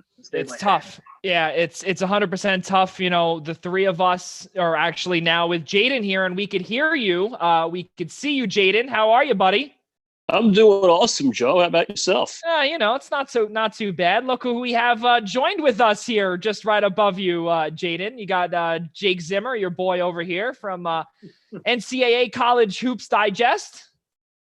Jake, how are you, buddy? Jaden, always a pleasure. It's been, I think it's probably been 3 months, right? Down at the Dunk. Yeah, 3 months next week. Wow. It feels like 3 years. Time really does fly. It's absolutely crazy. And for those that do not know, so I will announce this actually. Jake Zimmer is going to be on the Zoom interview series, May 26th, I believe it is, Tuesday night, 8 p.m. Just I believe a couple episodes after Jaden Daly, who's going to be on, I believe May 18th. So it's going to be a lot of fun. These guys are going to be interviewing them. It's going to be a lot of fun there on the podcast byproduct, if you will. And of course, this is not only the first time that this is going to be a long-standing relationship here on the Primetime Rundown. I can't wait for you guys to be on here during college basketball season, if there is one. But there's so much to talk about, fellas, because I know Jaden Daly, he covers, not only does he cover the MAC, but he also covers Seton Hall like a book. It's absolutely crazy how much he knows. And Jake Zimmer, how I met you at Bryant with St. Francis College, Brooklyn, when you were doing the PA, which is really small world when you know all the guys that I know from down here up 300 miles north. Absolutely crazy stuff, man. Yeah, it's really funny because I think part of half of the reason that I'm keeping up with the PA and still sticking with it as I've left school and have transitioned into the real world is just for connections like that. I'll always make a point to obviously introduce myself to whatever SID is around, and you never know what kind of connections are going to come out of that. And all of a sudden, it was a Monday night. Terriers were up in town playing Smithfield, and lo and behold, all the connections that we share together. That's just one of many stories that I can tell you over the past couple of years at Bryant, whether it be Providence College doing the soccer teams, or up at BU, whatever it is. Really, it's that part of this business is so fascinating. Yeah, and also for those that do not know, Jake Zimmer has also been featured, not only featured, but also has called games on CBS All Access, has called games for BU, has called games for NEC Front Row, a lot of, top to bottom, but also no stranger to Jaden Daly because he is the United States Merchant Marine Academy football team's lead play-by-play guy. He also covers St. John's basketball, St. John's baseball as well at times on RedStormSports.com or ESPN3 along those lines. So, we have a lot of experience between the three of us here. So really glad that you guys could be a part of this. But let's get things rolling here. And the biggest reason why I wanted you guys on, not only because I love you guys, because you guys are great. And, I've known Jaden Daly for the last I think it's going to be now 4 years, which is it's daunting, Jaden. We're getting old there, man.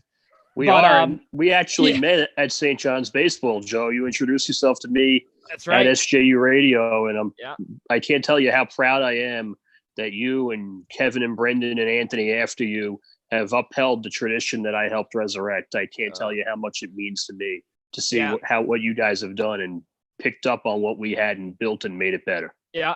Thank you very much. I do appreciate those kind words, Jaden, because that definitely, it's a soft spot for sure.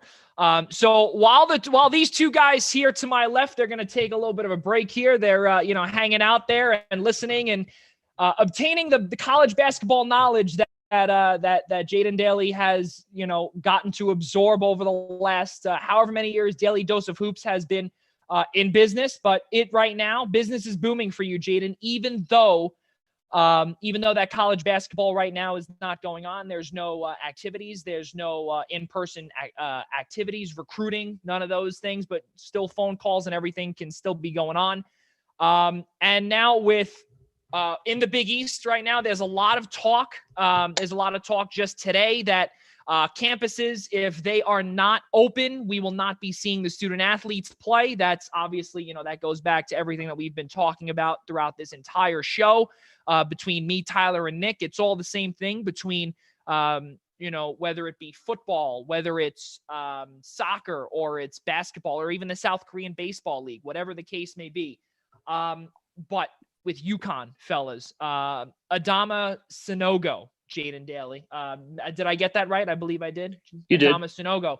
And he has come out and said that UConn he felt that it was a better situation to get into the NBA as quickly as possible, according to Patrick School head coach Chris Chavanes. And he said this was the exact quote. Quote, he was looking for a place where he felt he could get to the NBA at a very quick pace. He felt that UConn was better than Seton Hall for that.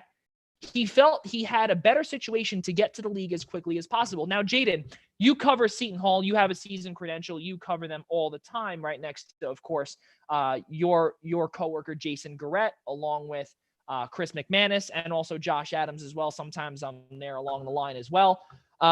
But I want to hear your thoughts about if UConn, if this is just to brew a mini rivalry, with UConn coming back into the Big East. What are your thoughts on that? Not for nothing, Joe. I actually think that Sonodo is right about UConn having a better path to the NBA than Seton Hall. One aspect in that regard, Tom Moore, one of Dan Hurley's assistants, someone that I've been blessed to know from when he was the head coach at Quinnipiac and having covered him in the MAC for so many years and even in the NEC before that.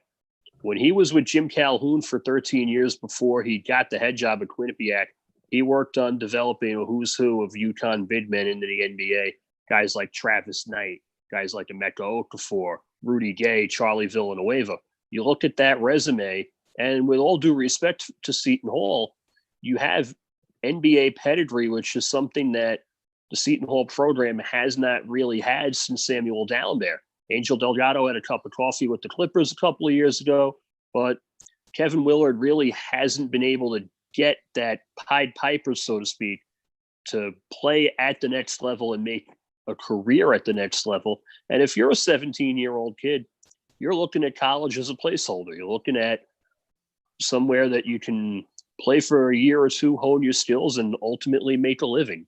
And at the end of the day, UConn, with its history, has that over Seton Hall. I don't disagree with his thought process or his rationale in that regard at all. Now, Jake, I want to hear your thoughts now because you are up in the New England area. And what have you heard about this with UConn and how this could affect potentially? Would this be a little bit of a rivalry? Just by a little blurb. Could this be the start of something new?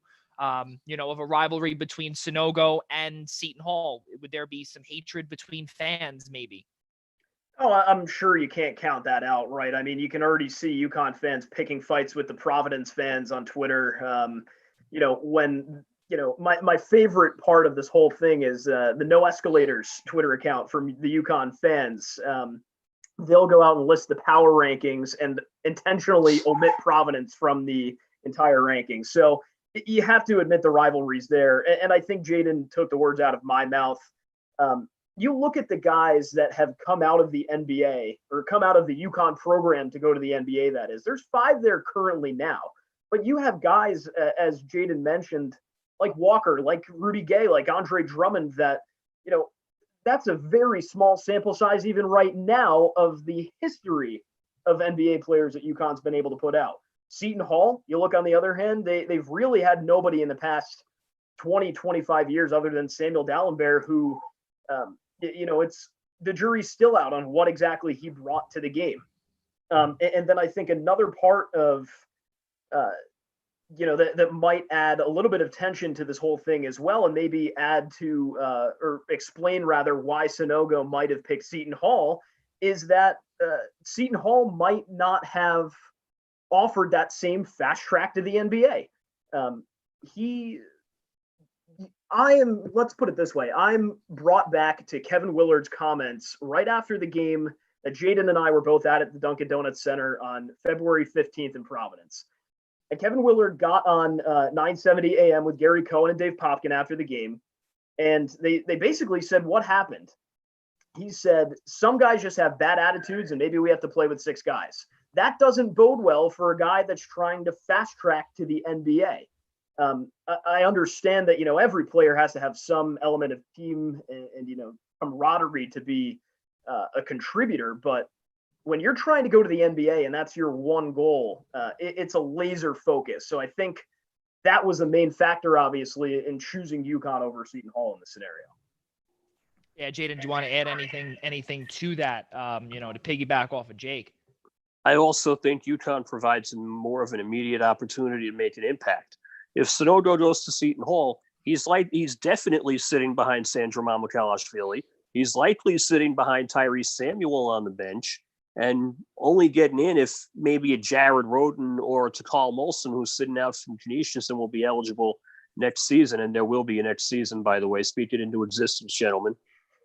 You're looking at maybe the 8th or 9th man as a freshman. Kevin Willard routinely doesn't play his younger guys very often unless in the instance of a Whitehead or a Delgado or a Carrington, they're carrying the team. So you look at that and you look at Dan Hurley and his record with developing players of any size, first at Wagner and then at Rhode Island before UConn, and you have more of a tailor-made opportunity, if you will, to just go ahead and make an impact right away. I think Hurley's style meshes better with a younger player than Kevin Willard, and I think that played a factor as well. Yeah, I'd have to say that. It's difficult, especially now with Miles Powell gone, Vero Gill gone, Quincy McKnight gone. It's almost like a retool, Jaden, and it's not. It's a little different, where you had, when you had Whitehead, you had Rodriguez, Kadeen Carrington, those guys. You were able to. It was almost like a bridge. You didn't really go down. You kind of went down a little bit, then went up. It's just now you're losing one of the best players in Seton Hall history going down now. They got a couple of transfers, which is nice. They just, I believe, Jaden, a 6'9", 2020 freshman was just committed to Seton Hall. I think actually during the show, if I'm not mistaken. Jeff Ngandu or Ngandu. Yeah. I'm probably butchering his name, and I apologize to the kid. Yeah. So he's gonna be now. I guess that would be the backup to Sanogo, because he was highly regarded by Seton Hall and was chased by them too. So we'll see what happens there. Moving forward, and this is something big too, because Jaden Daly, I know for a fact you cover, again, this goes back to the MAC, and with Rick Pitino being at the helm of Iona, there were some allegations that came out against Louisville and also against Rick Pitino, and it looks like Iona is standing behind him, which is a nice thing. Of course, you got to stand behind your brand new coach, brand new program. He's brought in so many recruits, transfers as well. And if I'm not mistaken, I remember I had seen you tweet out, I think it was like 8 recruits or 8 transfers or 8, just general 8 players of his own players in the last, I think it was like, I don't know, 3 or 4 weeks, something like that. Something crazy. It was a complete overhaul of the Gales roster. It's 9 now. He actually just got another commitment earlier this afternoon.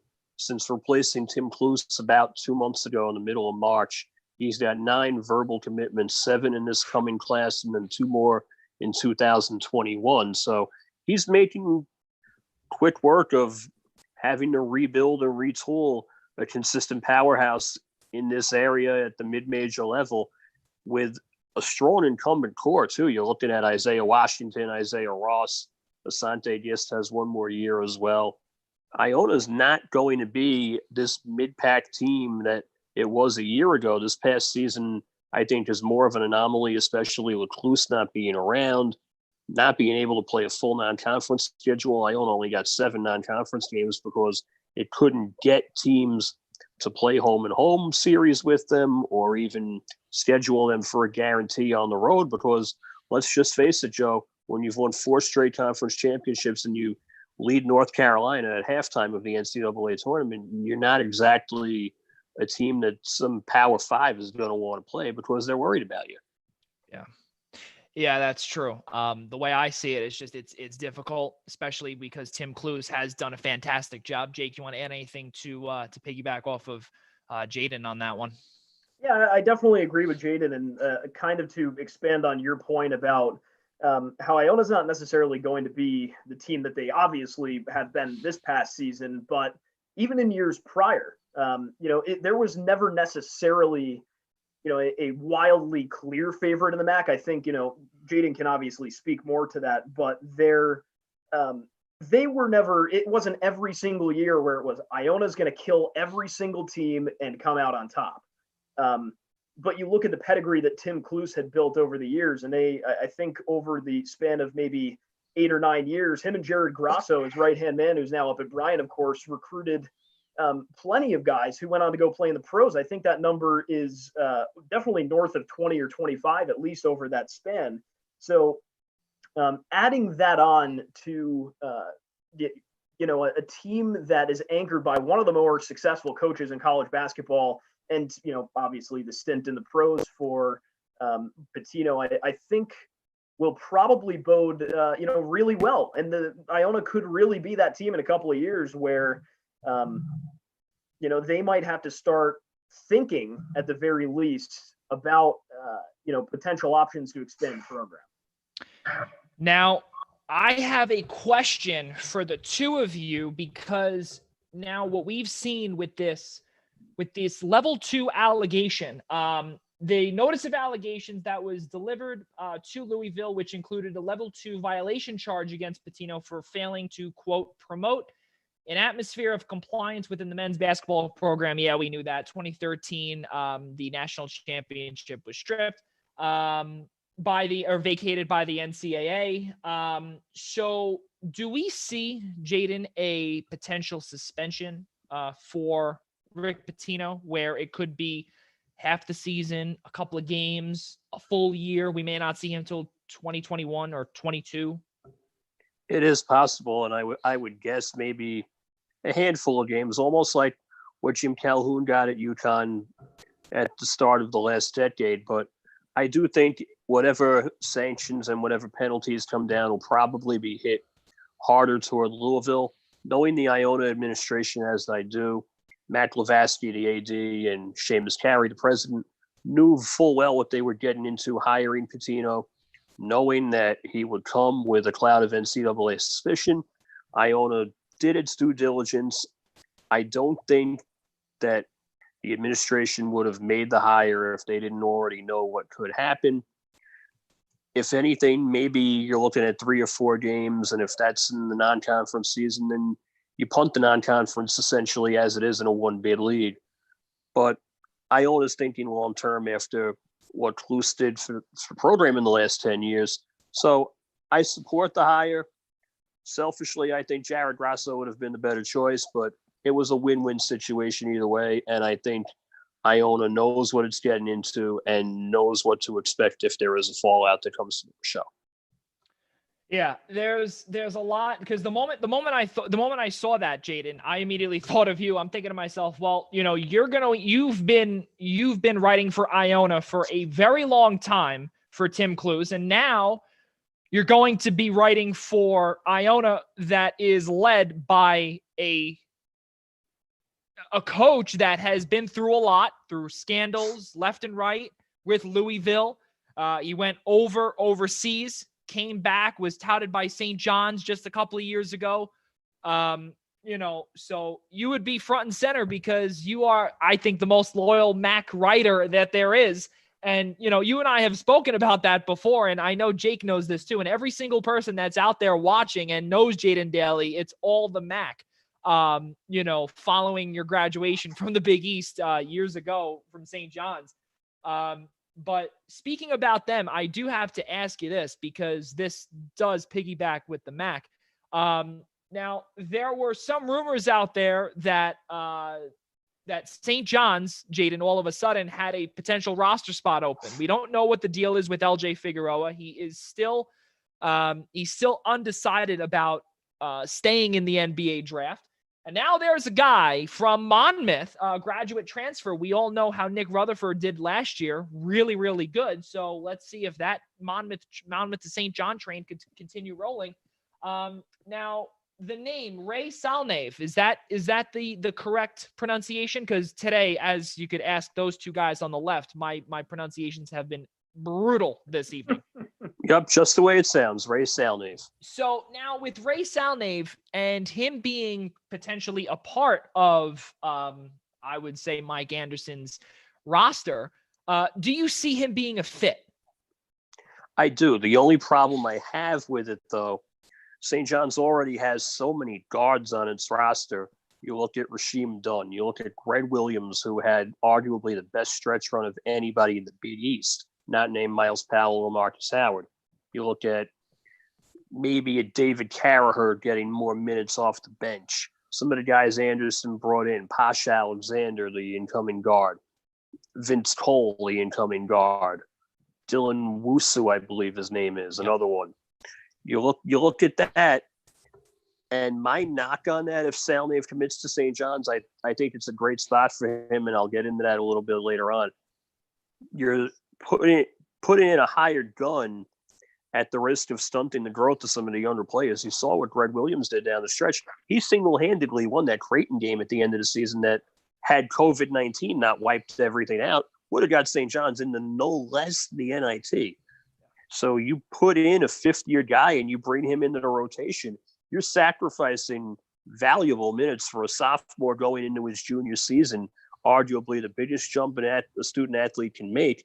And if I'm Mike Anderson, I'm legitimately worried about that.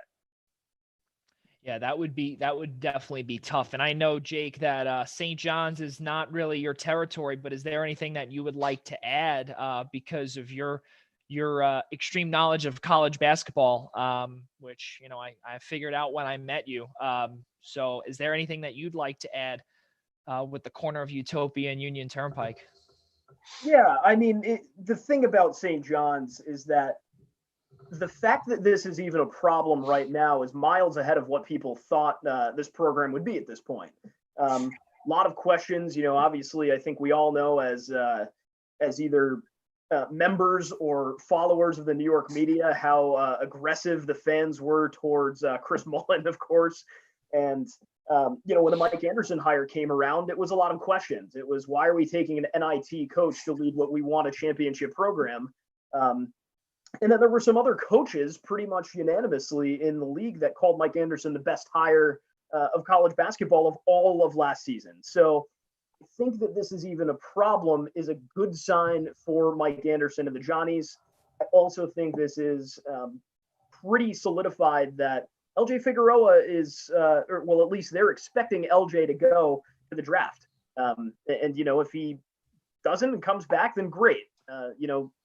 You have LJ Figueroa on the team and you figure out the rest. Something's got to give, and whoever's unhappy, might voice it, but hopefully they won't let it affect the rest of the team.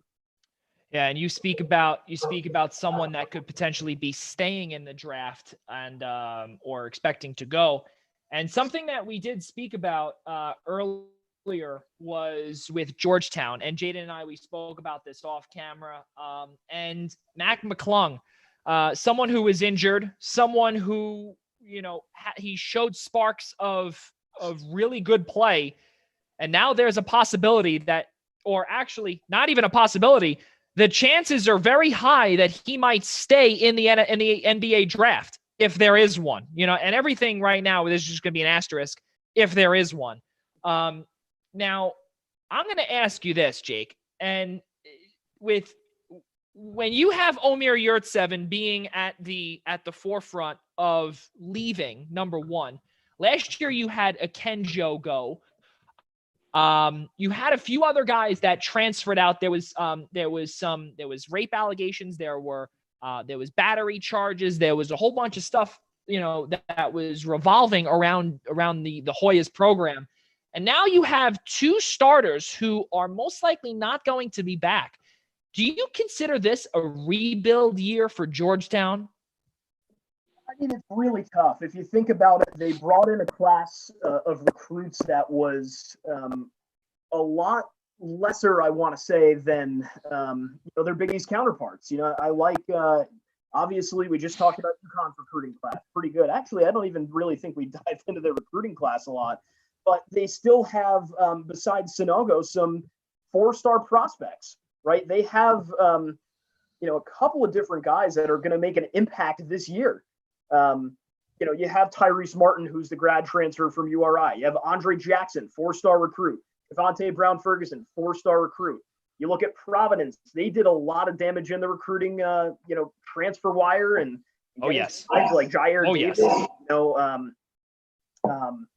Alan Breed. The last name was evading me for a bit, but I still think, relatively speaking, I don't think the recruits that Georgetown brought in are necessarily at that caliber. And I think in a very shallow Georgetown team that we saw last year, as you just mentioned, Akinjo gone, a couple other guys gone, seeking greener pastures after the allegations and whatnot. They leaned on Mac McClung quite a bit this year. It caught up to him with all the injuries, and the eye problems were a little bit kind of a far stretch, but they also leaned a lot on Jamorko Pickett, Yurtseven, guys like that. I don't know that you can necessarily say that it's a rebuilding year, but I definitely can tell you, I think Georgetown, I would be very surprised if they were able to not be playing on Wednesday night this year.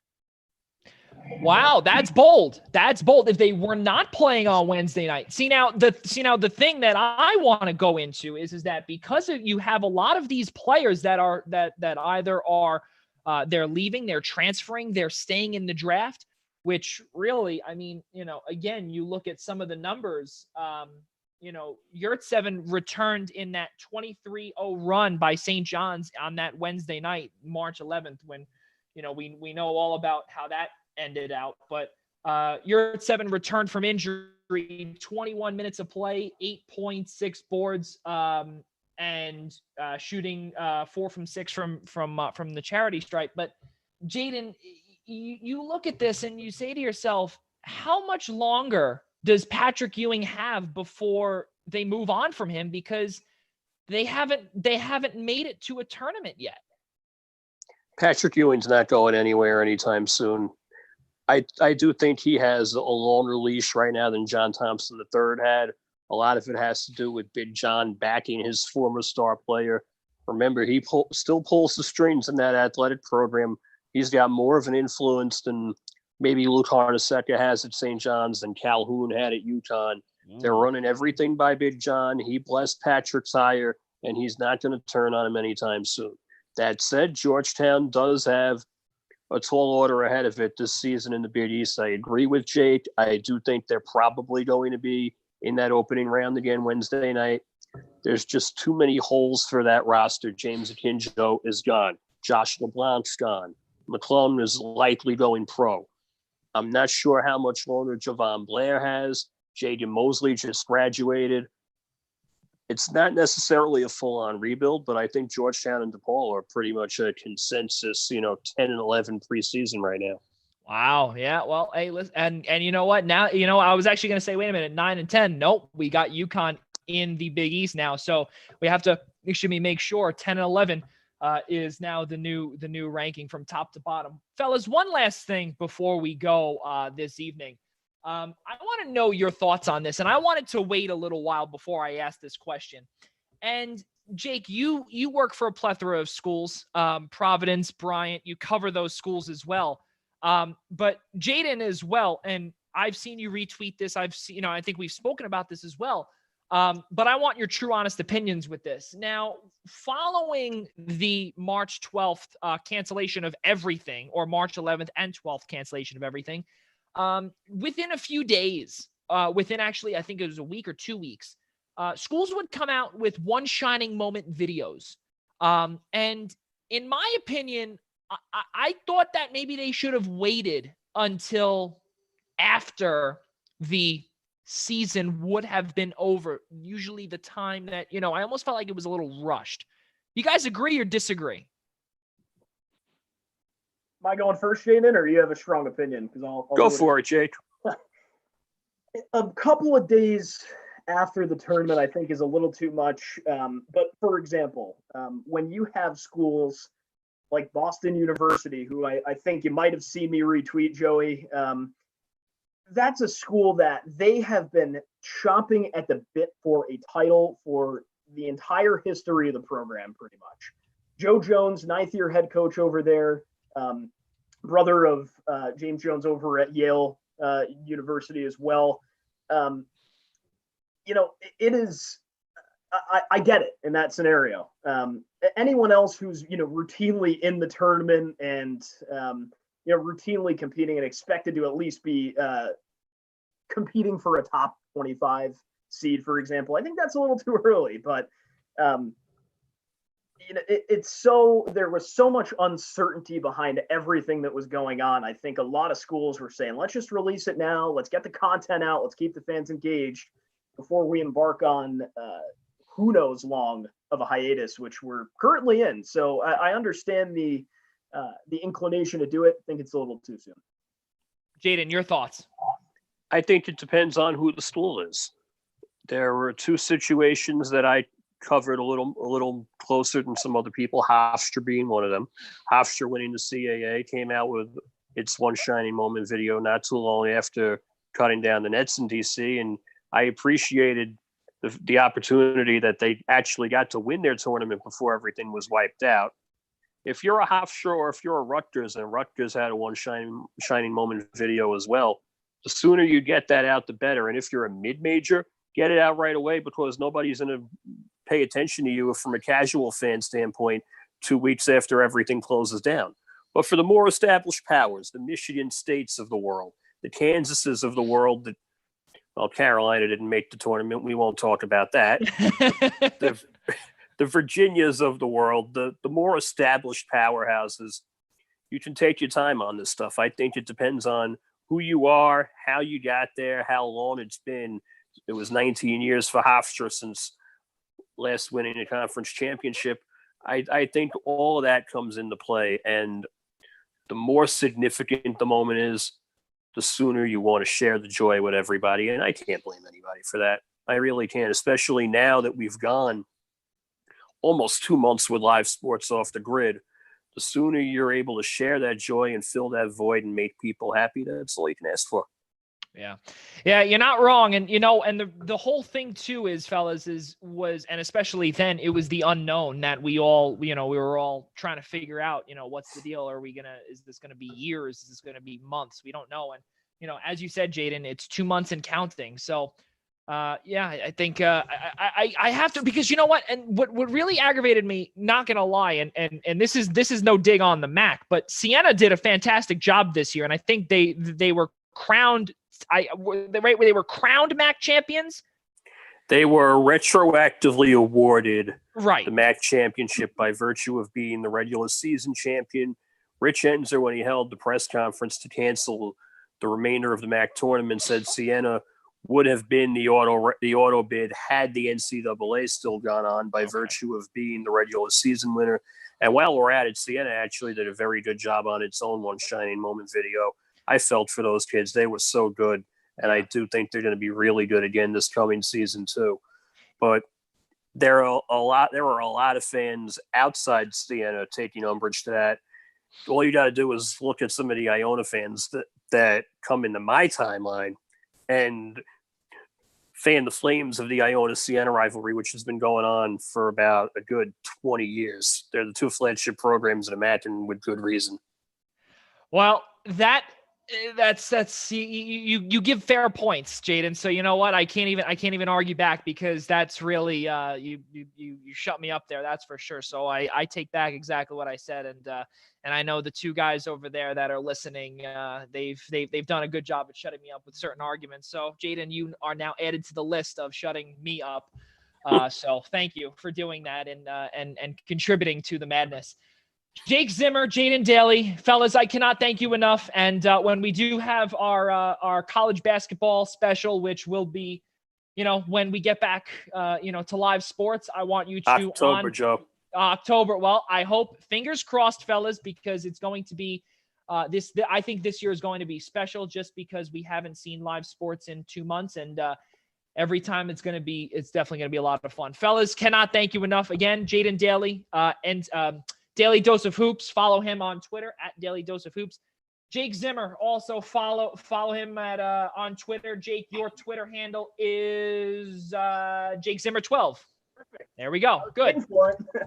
Pretty good, fellas. All right. Thank you both again for coming on to the Primetime Rundown. Really appreciate it.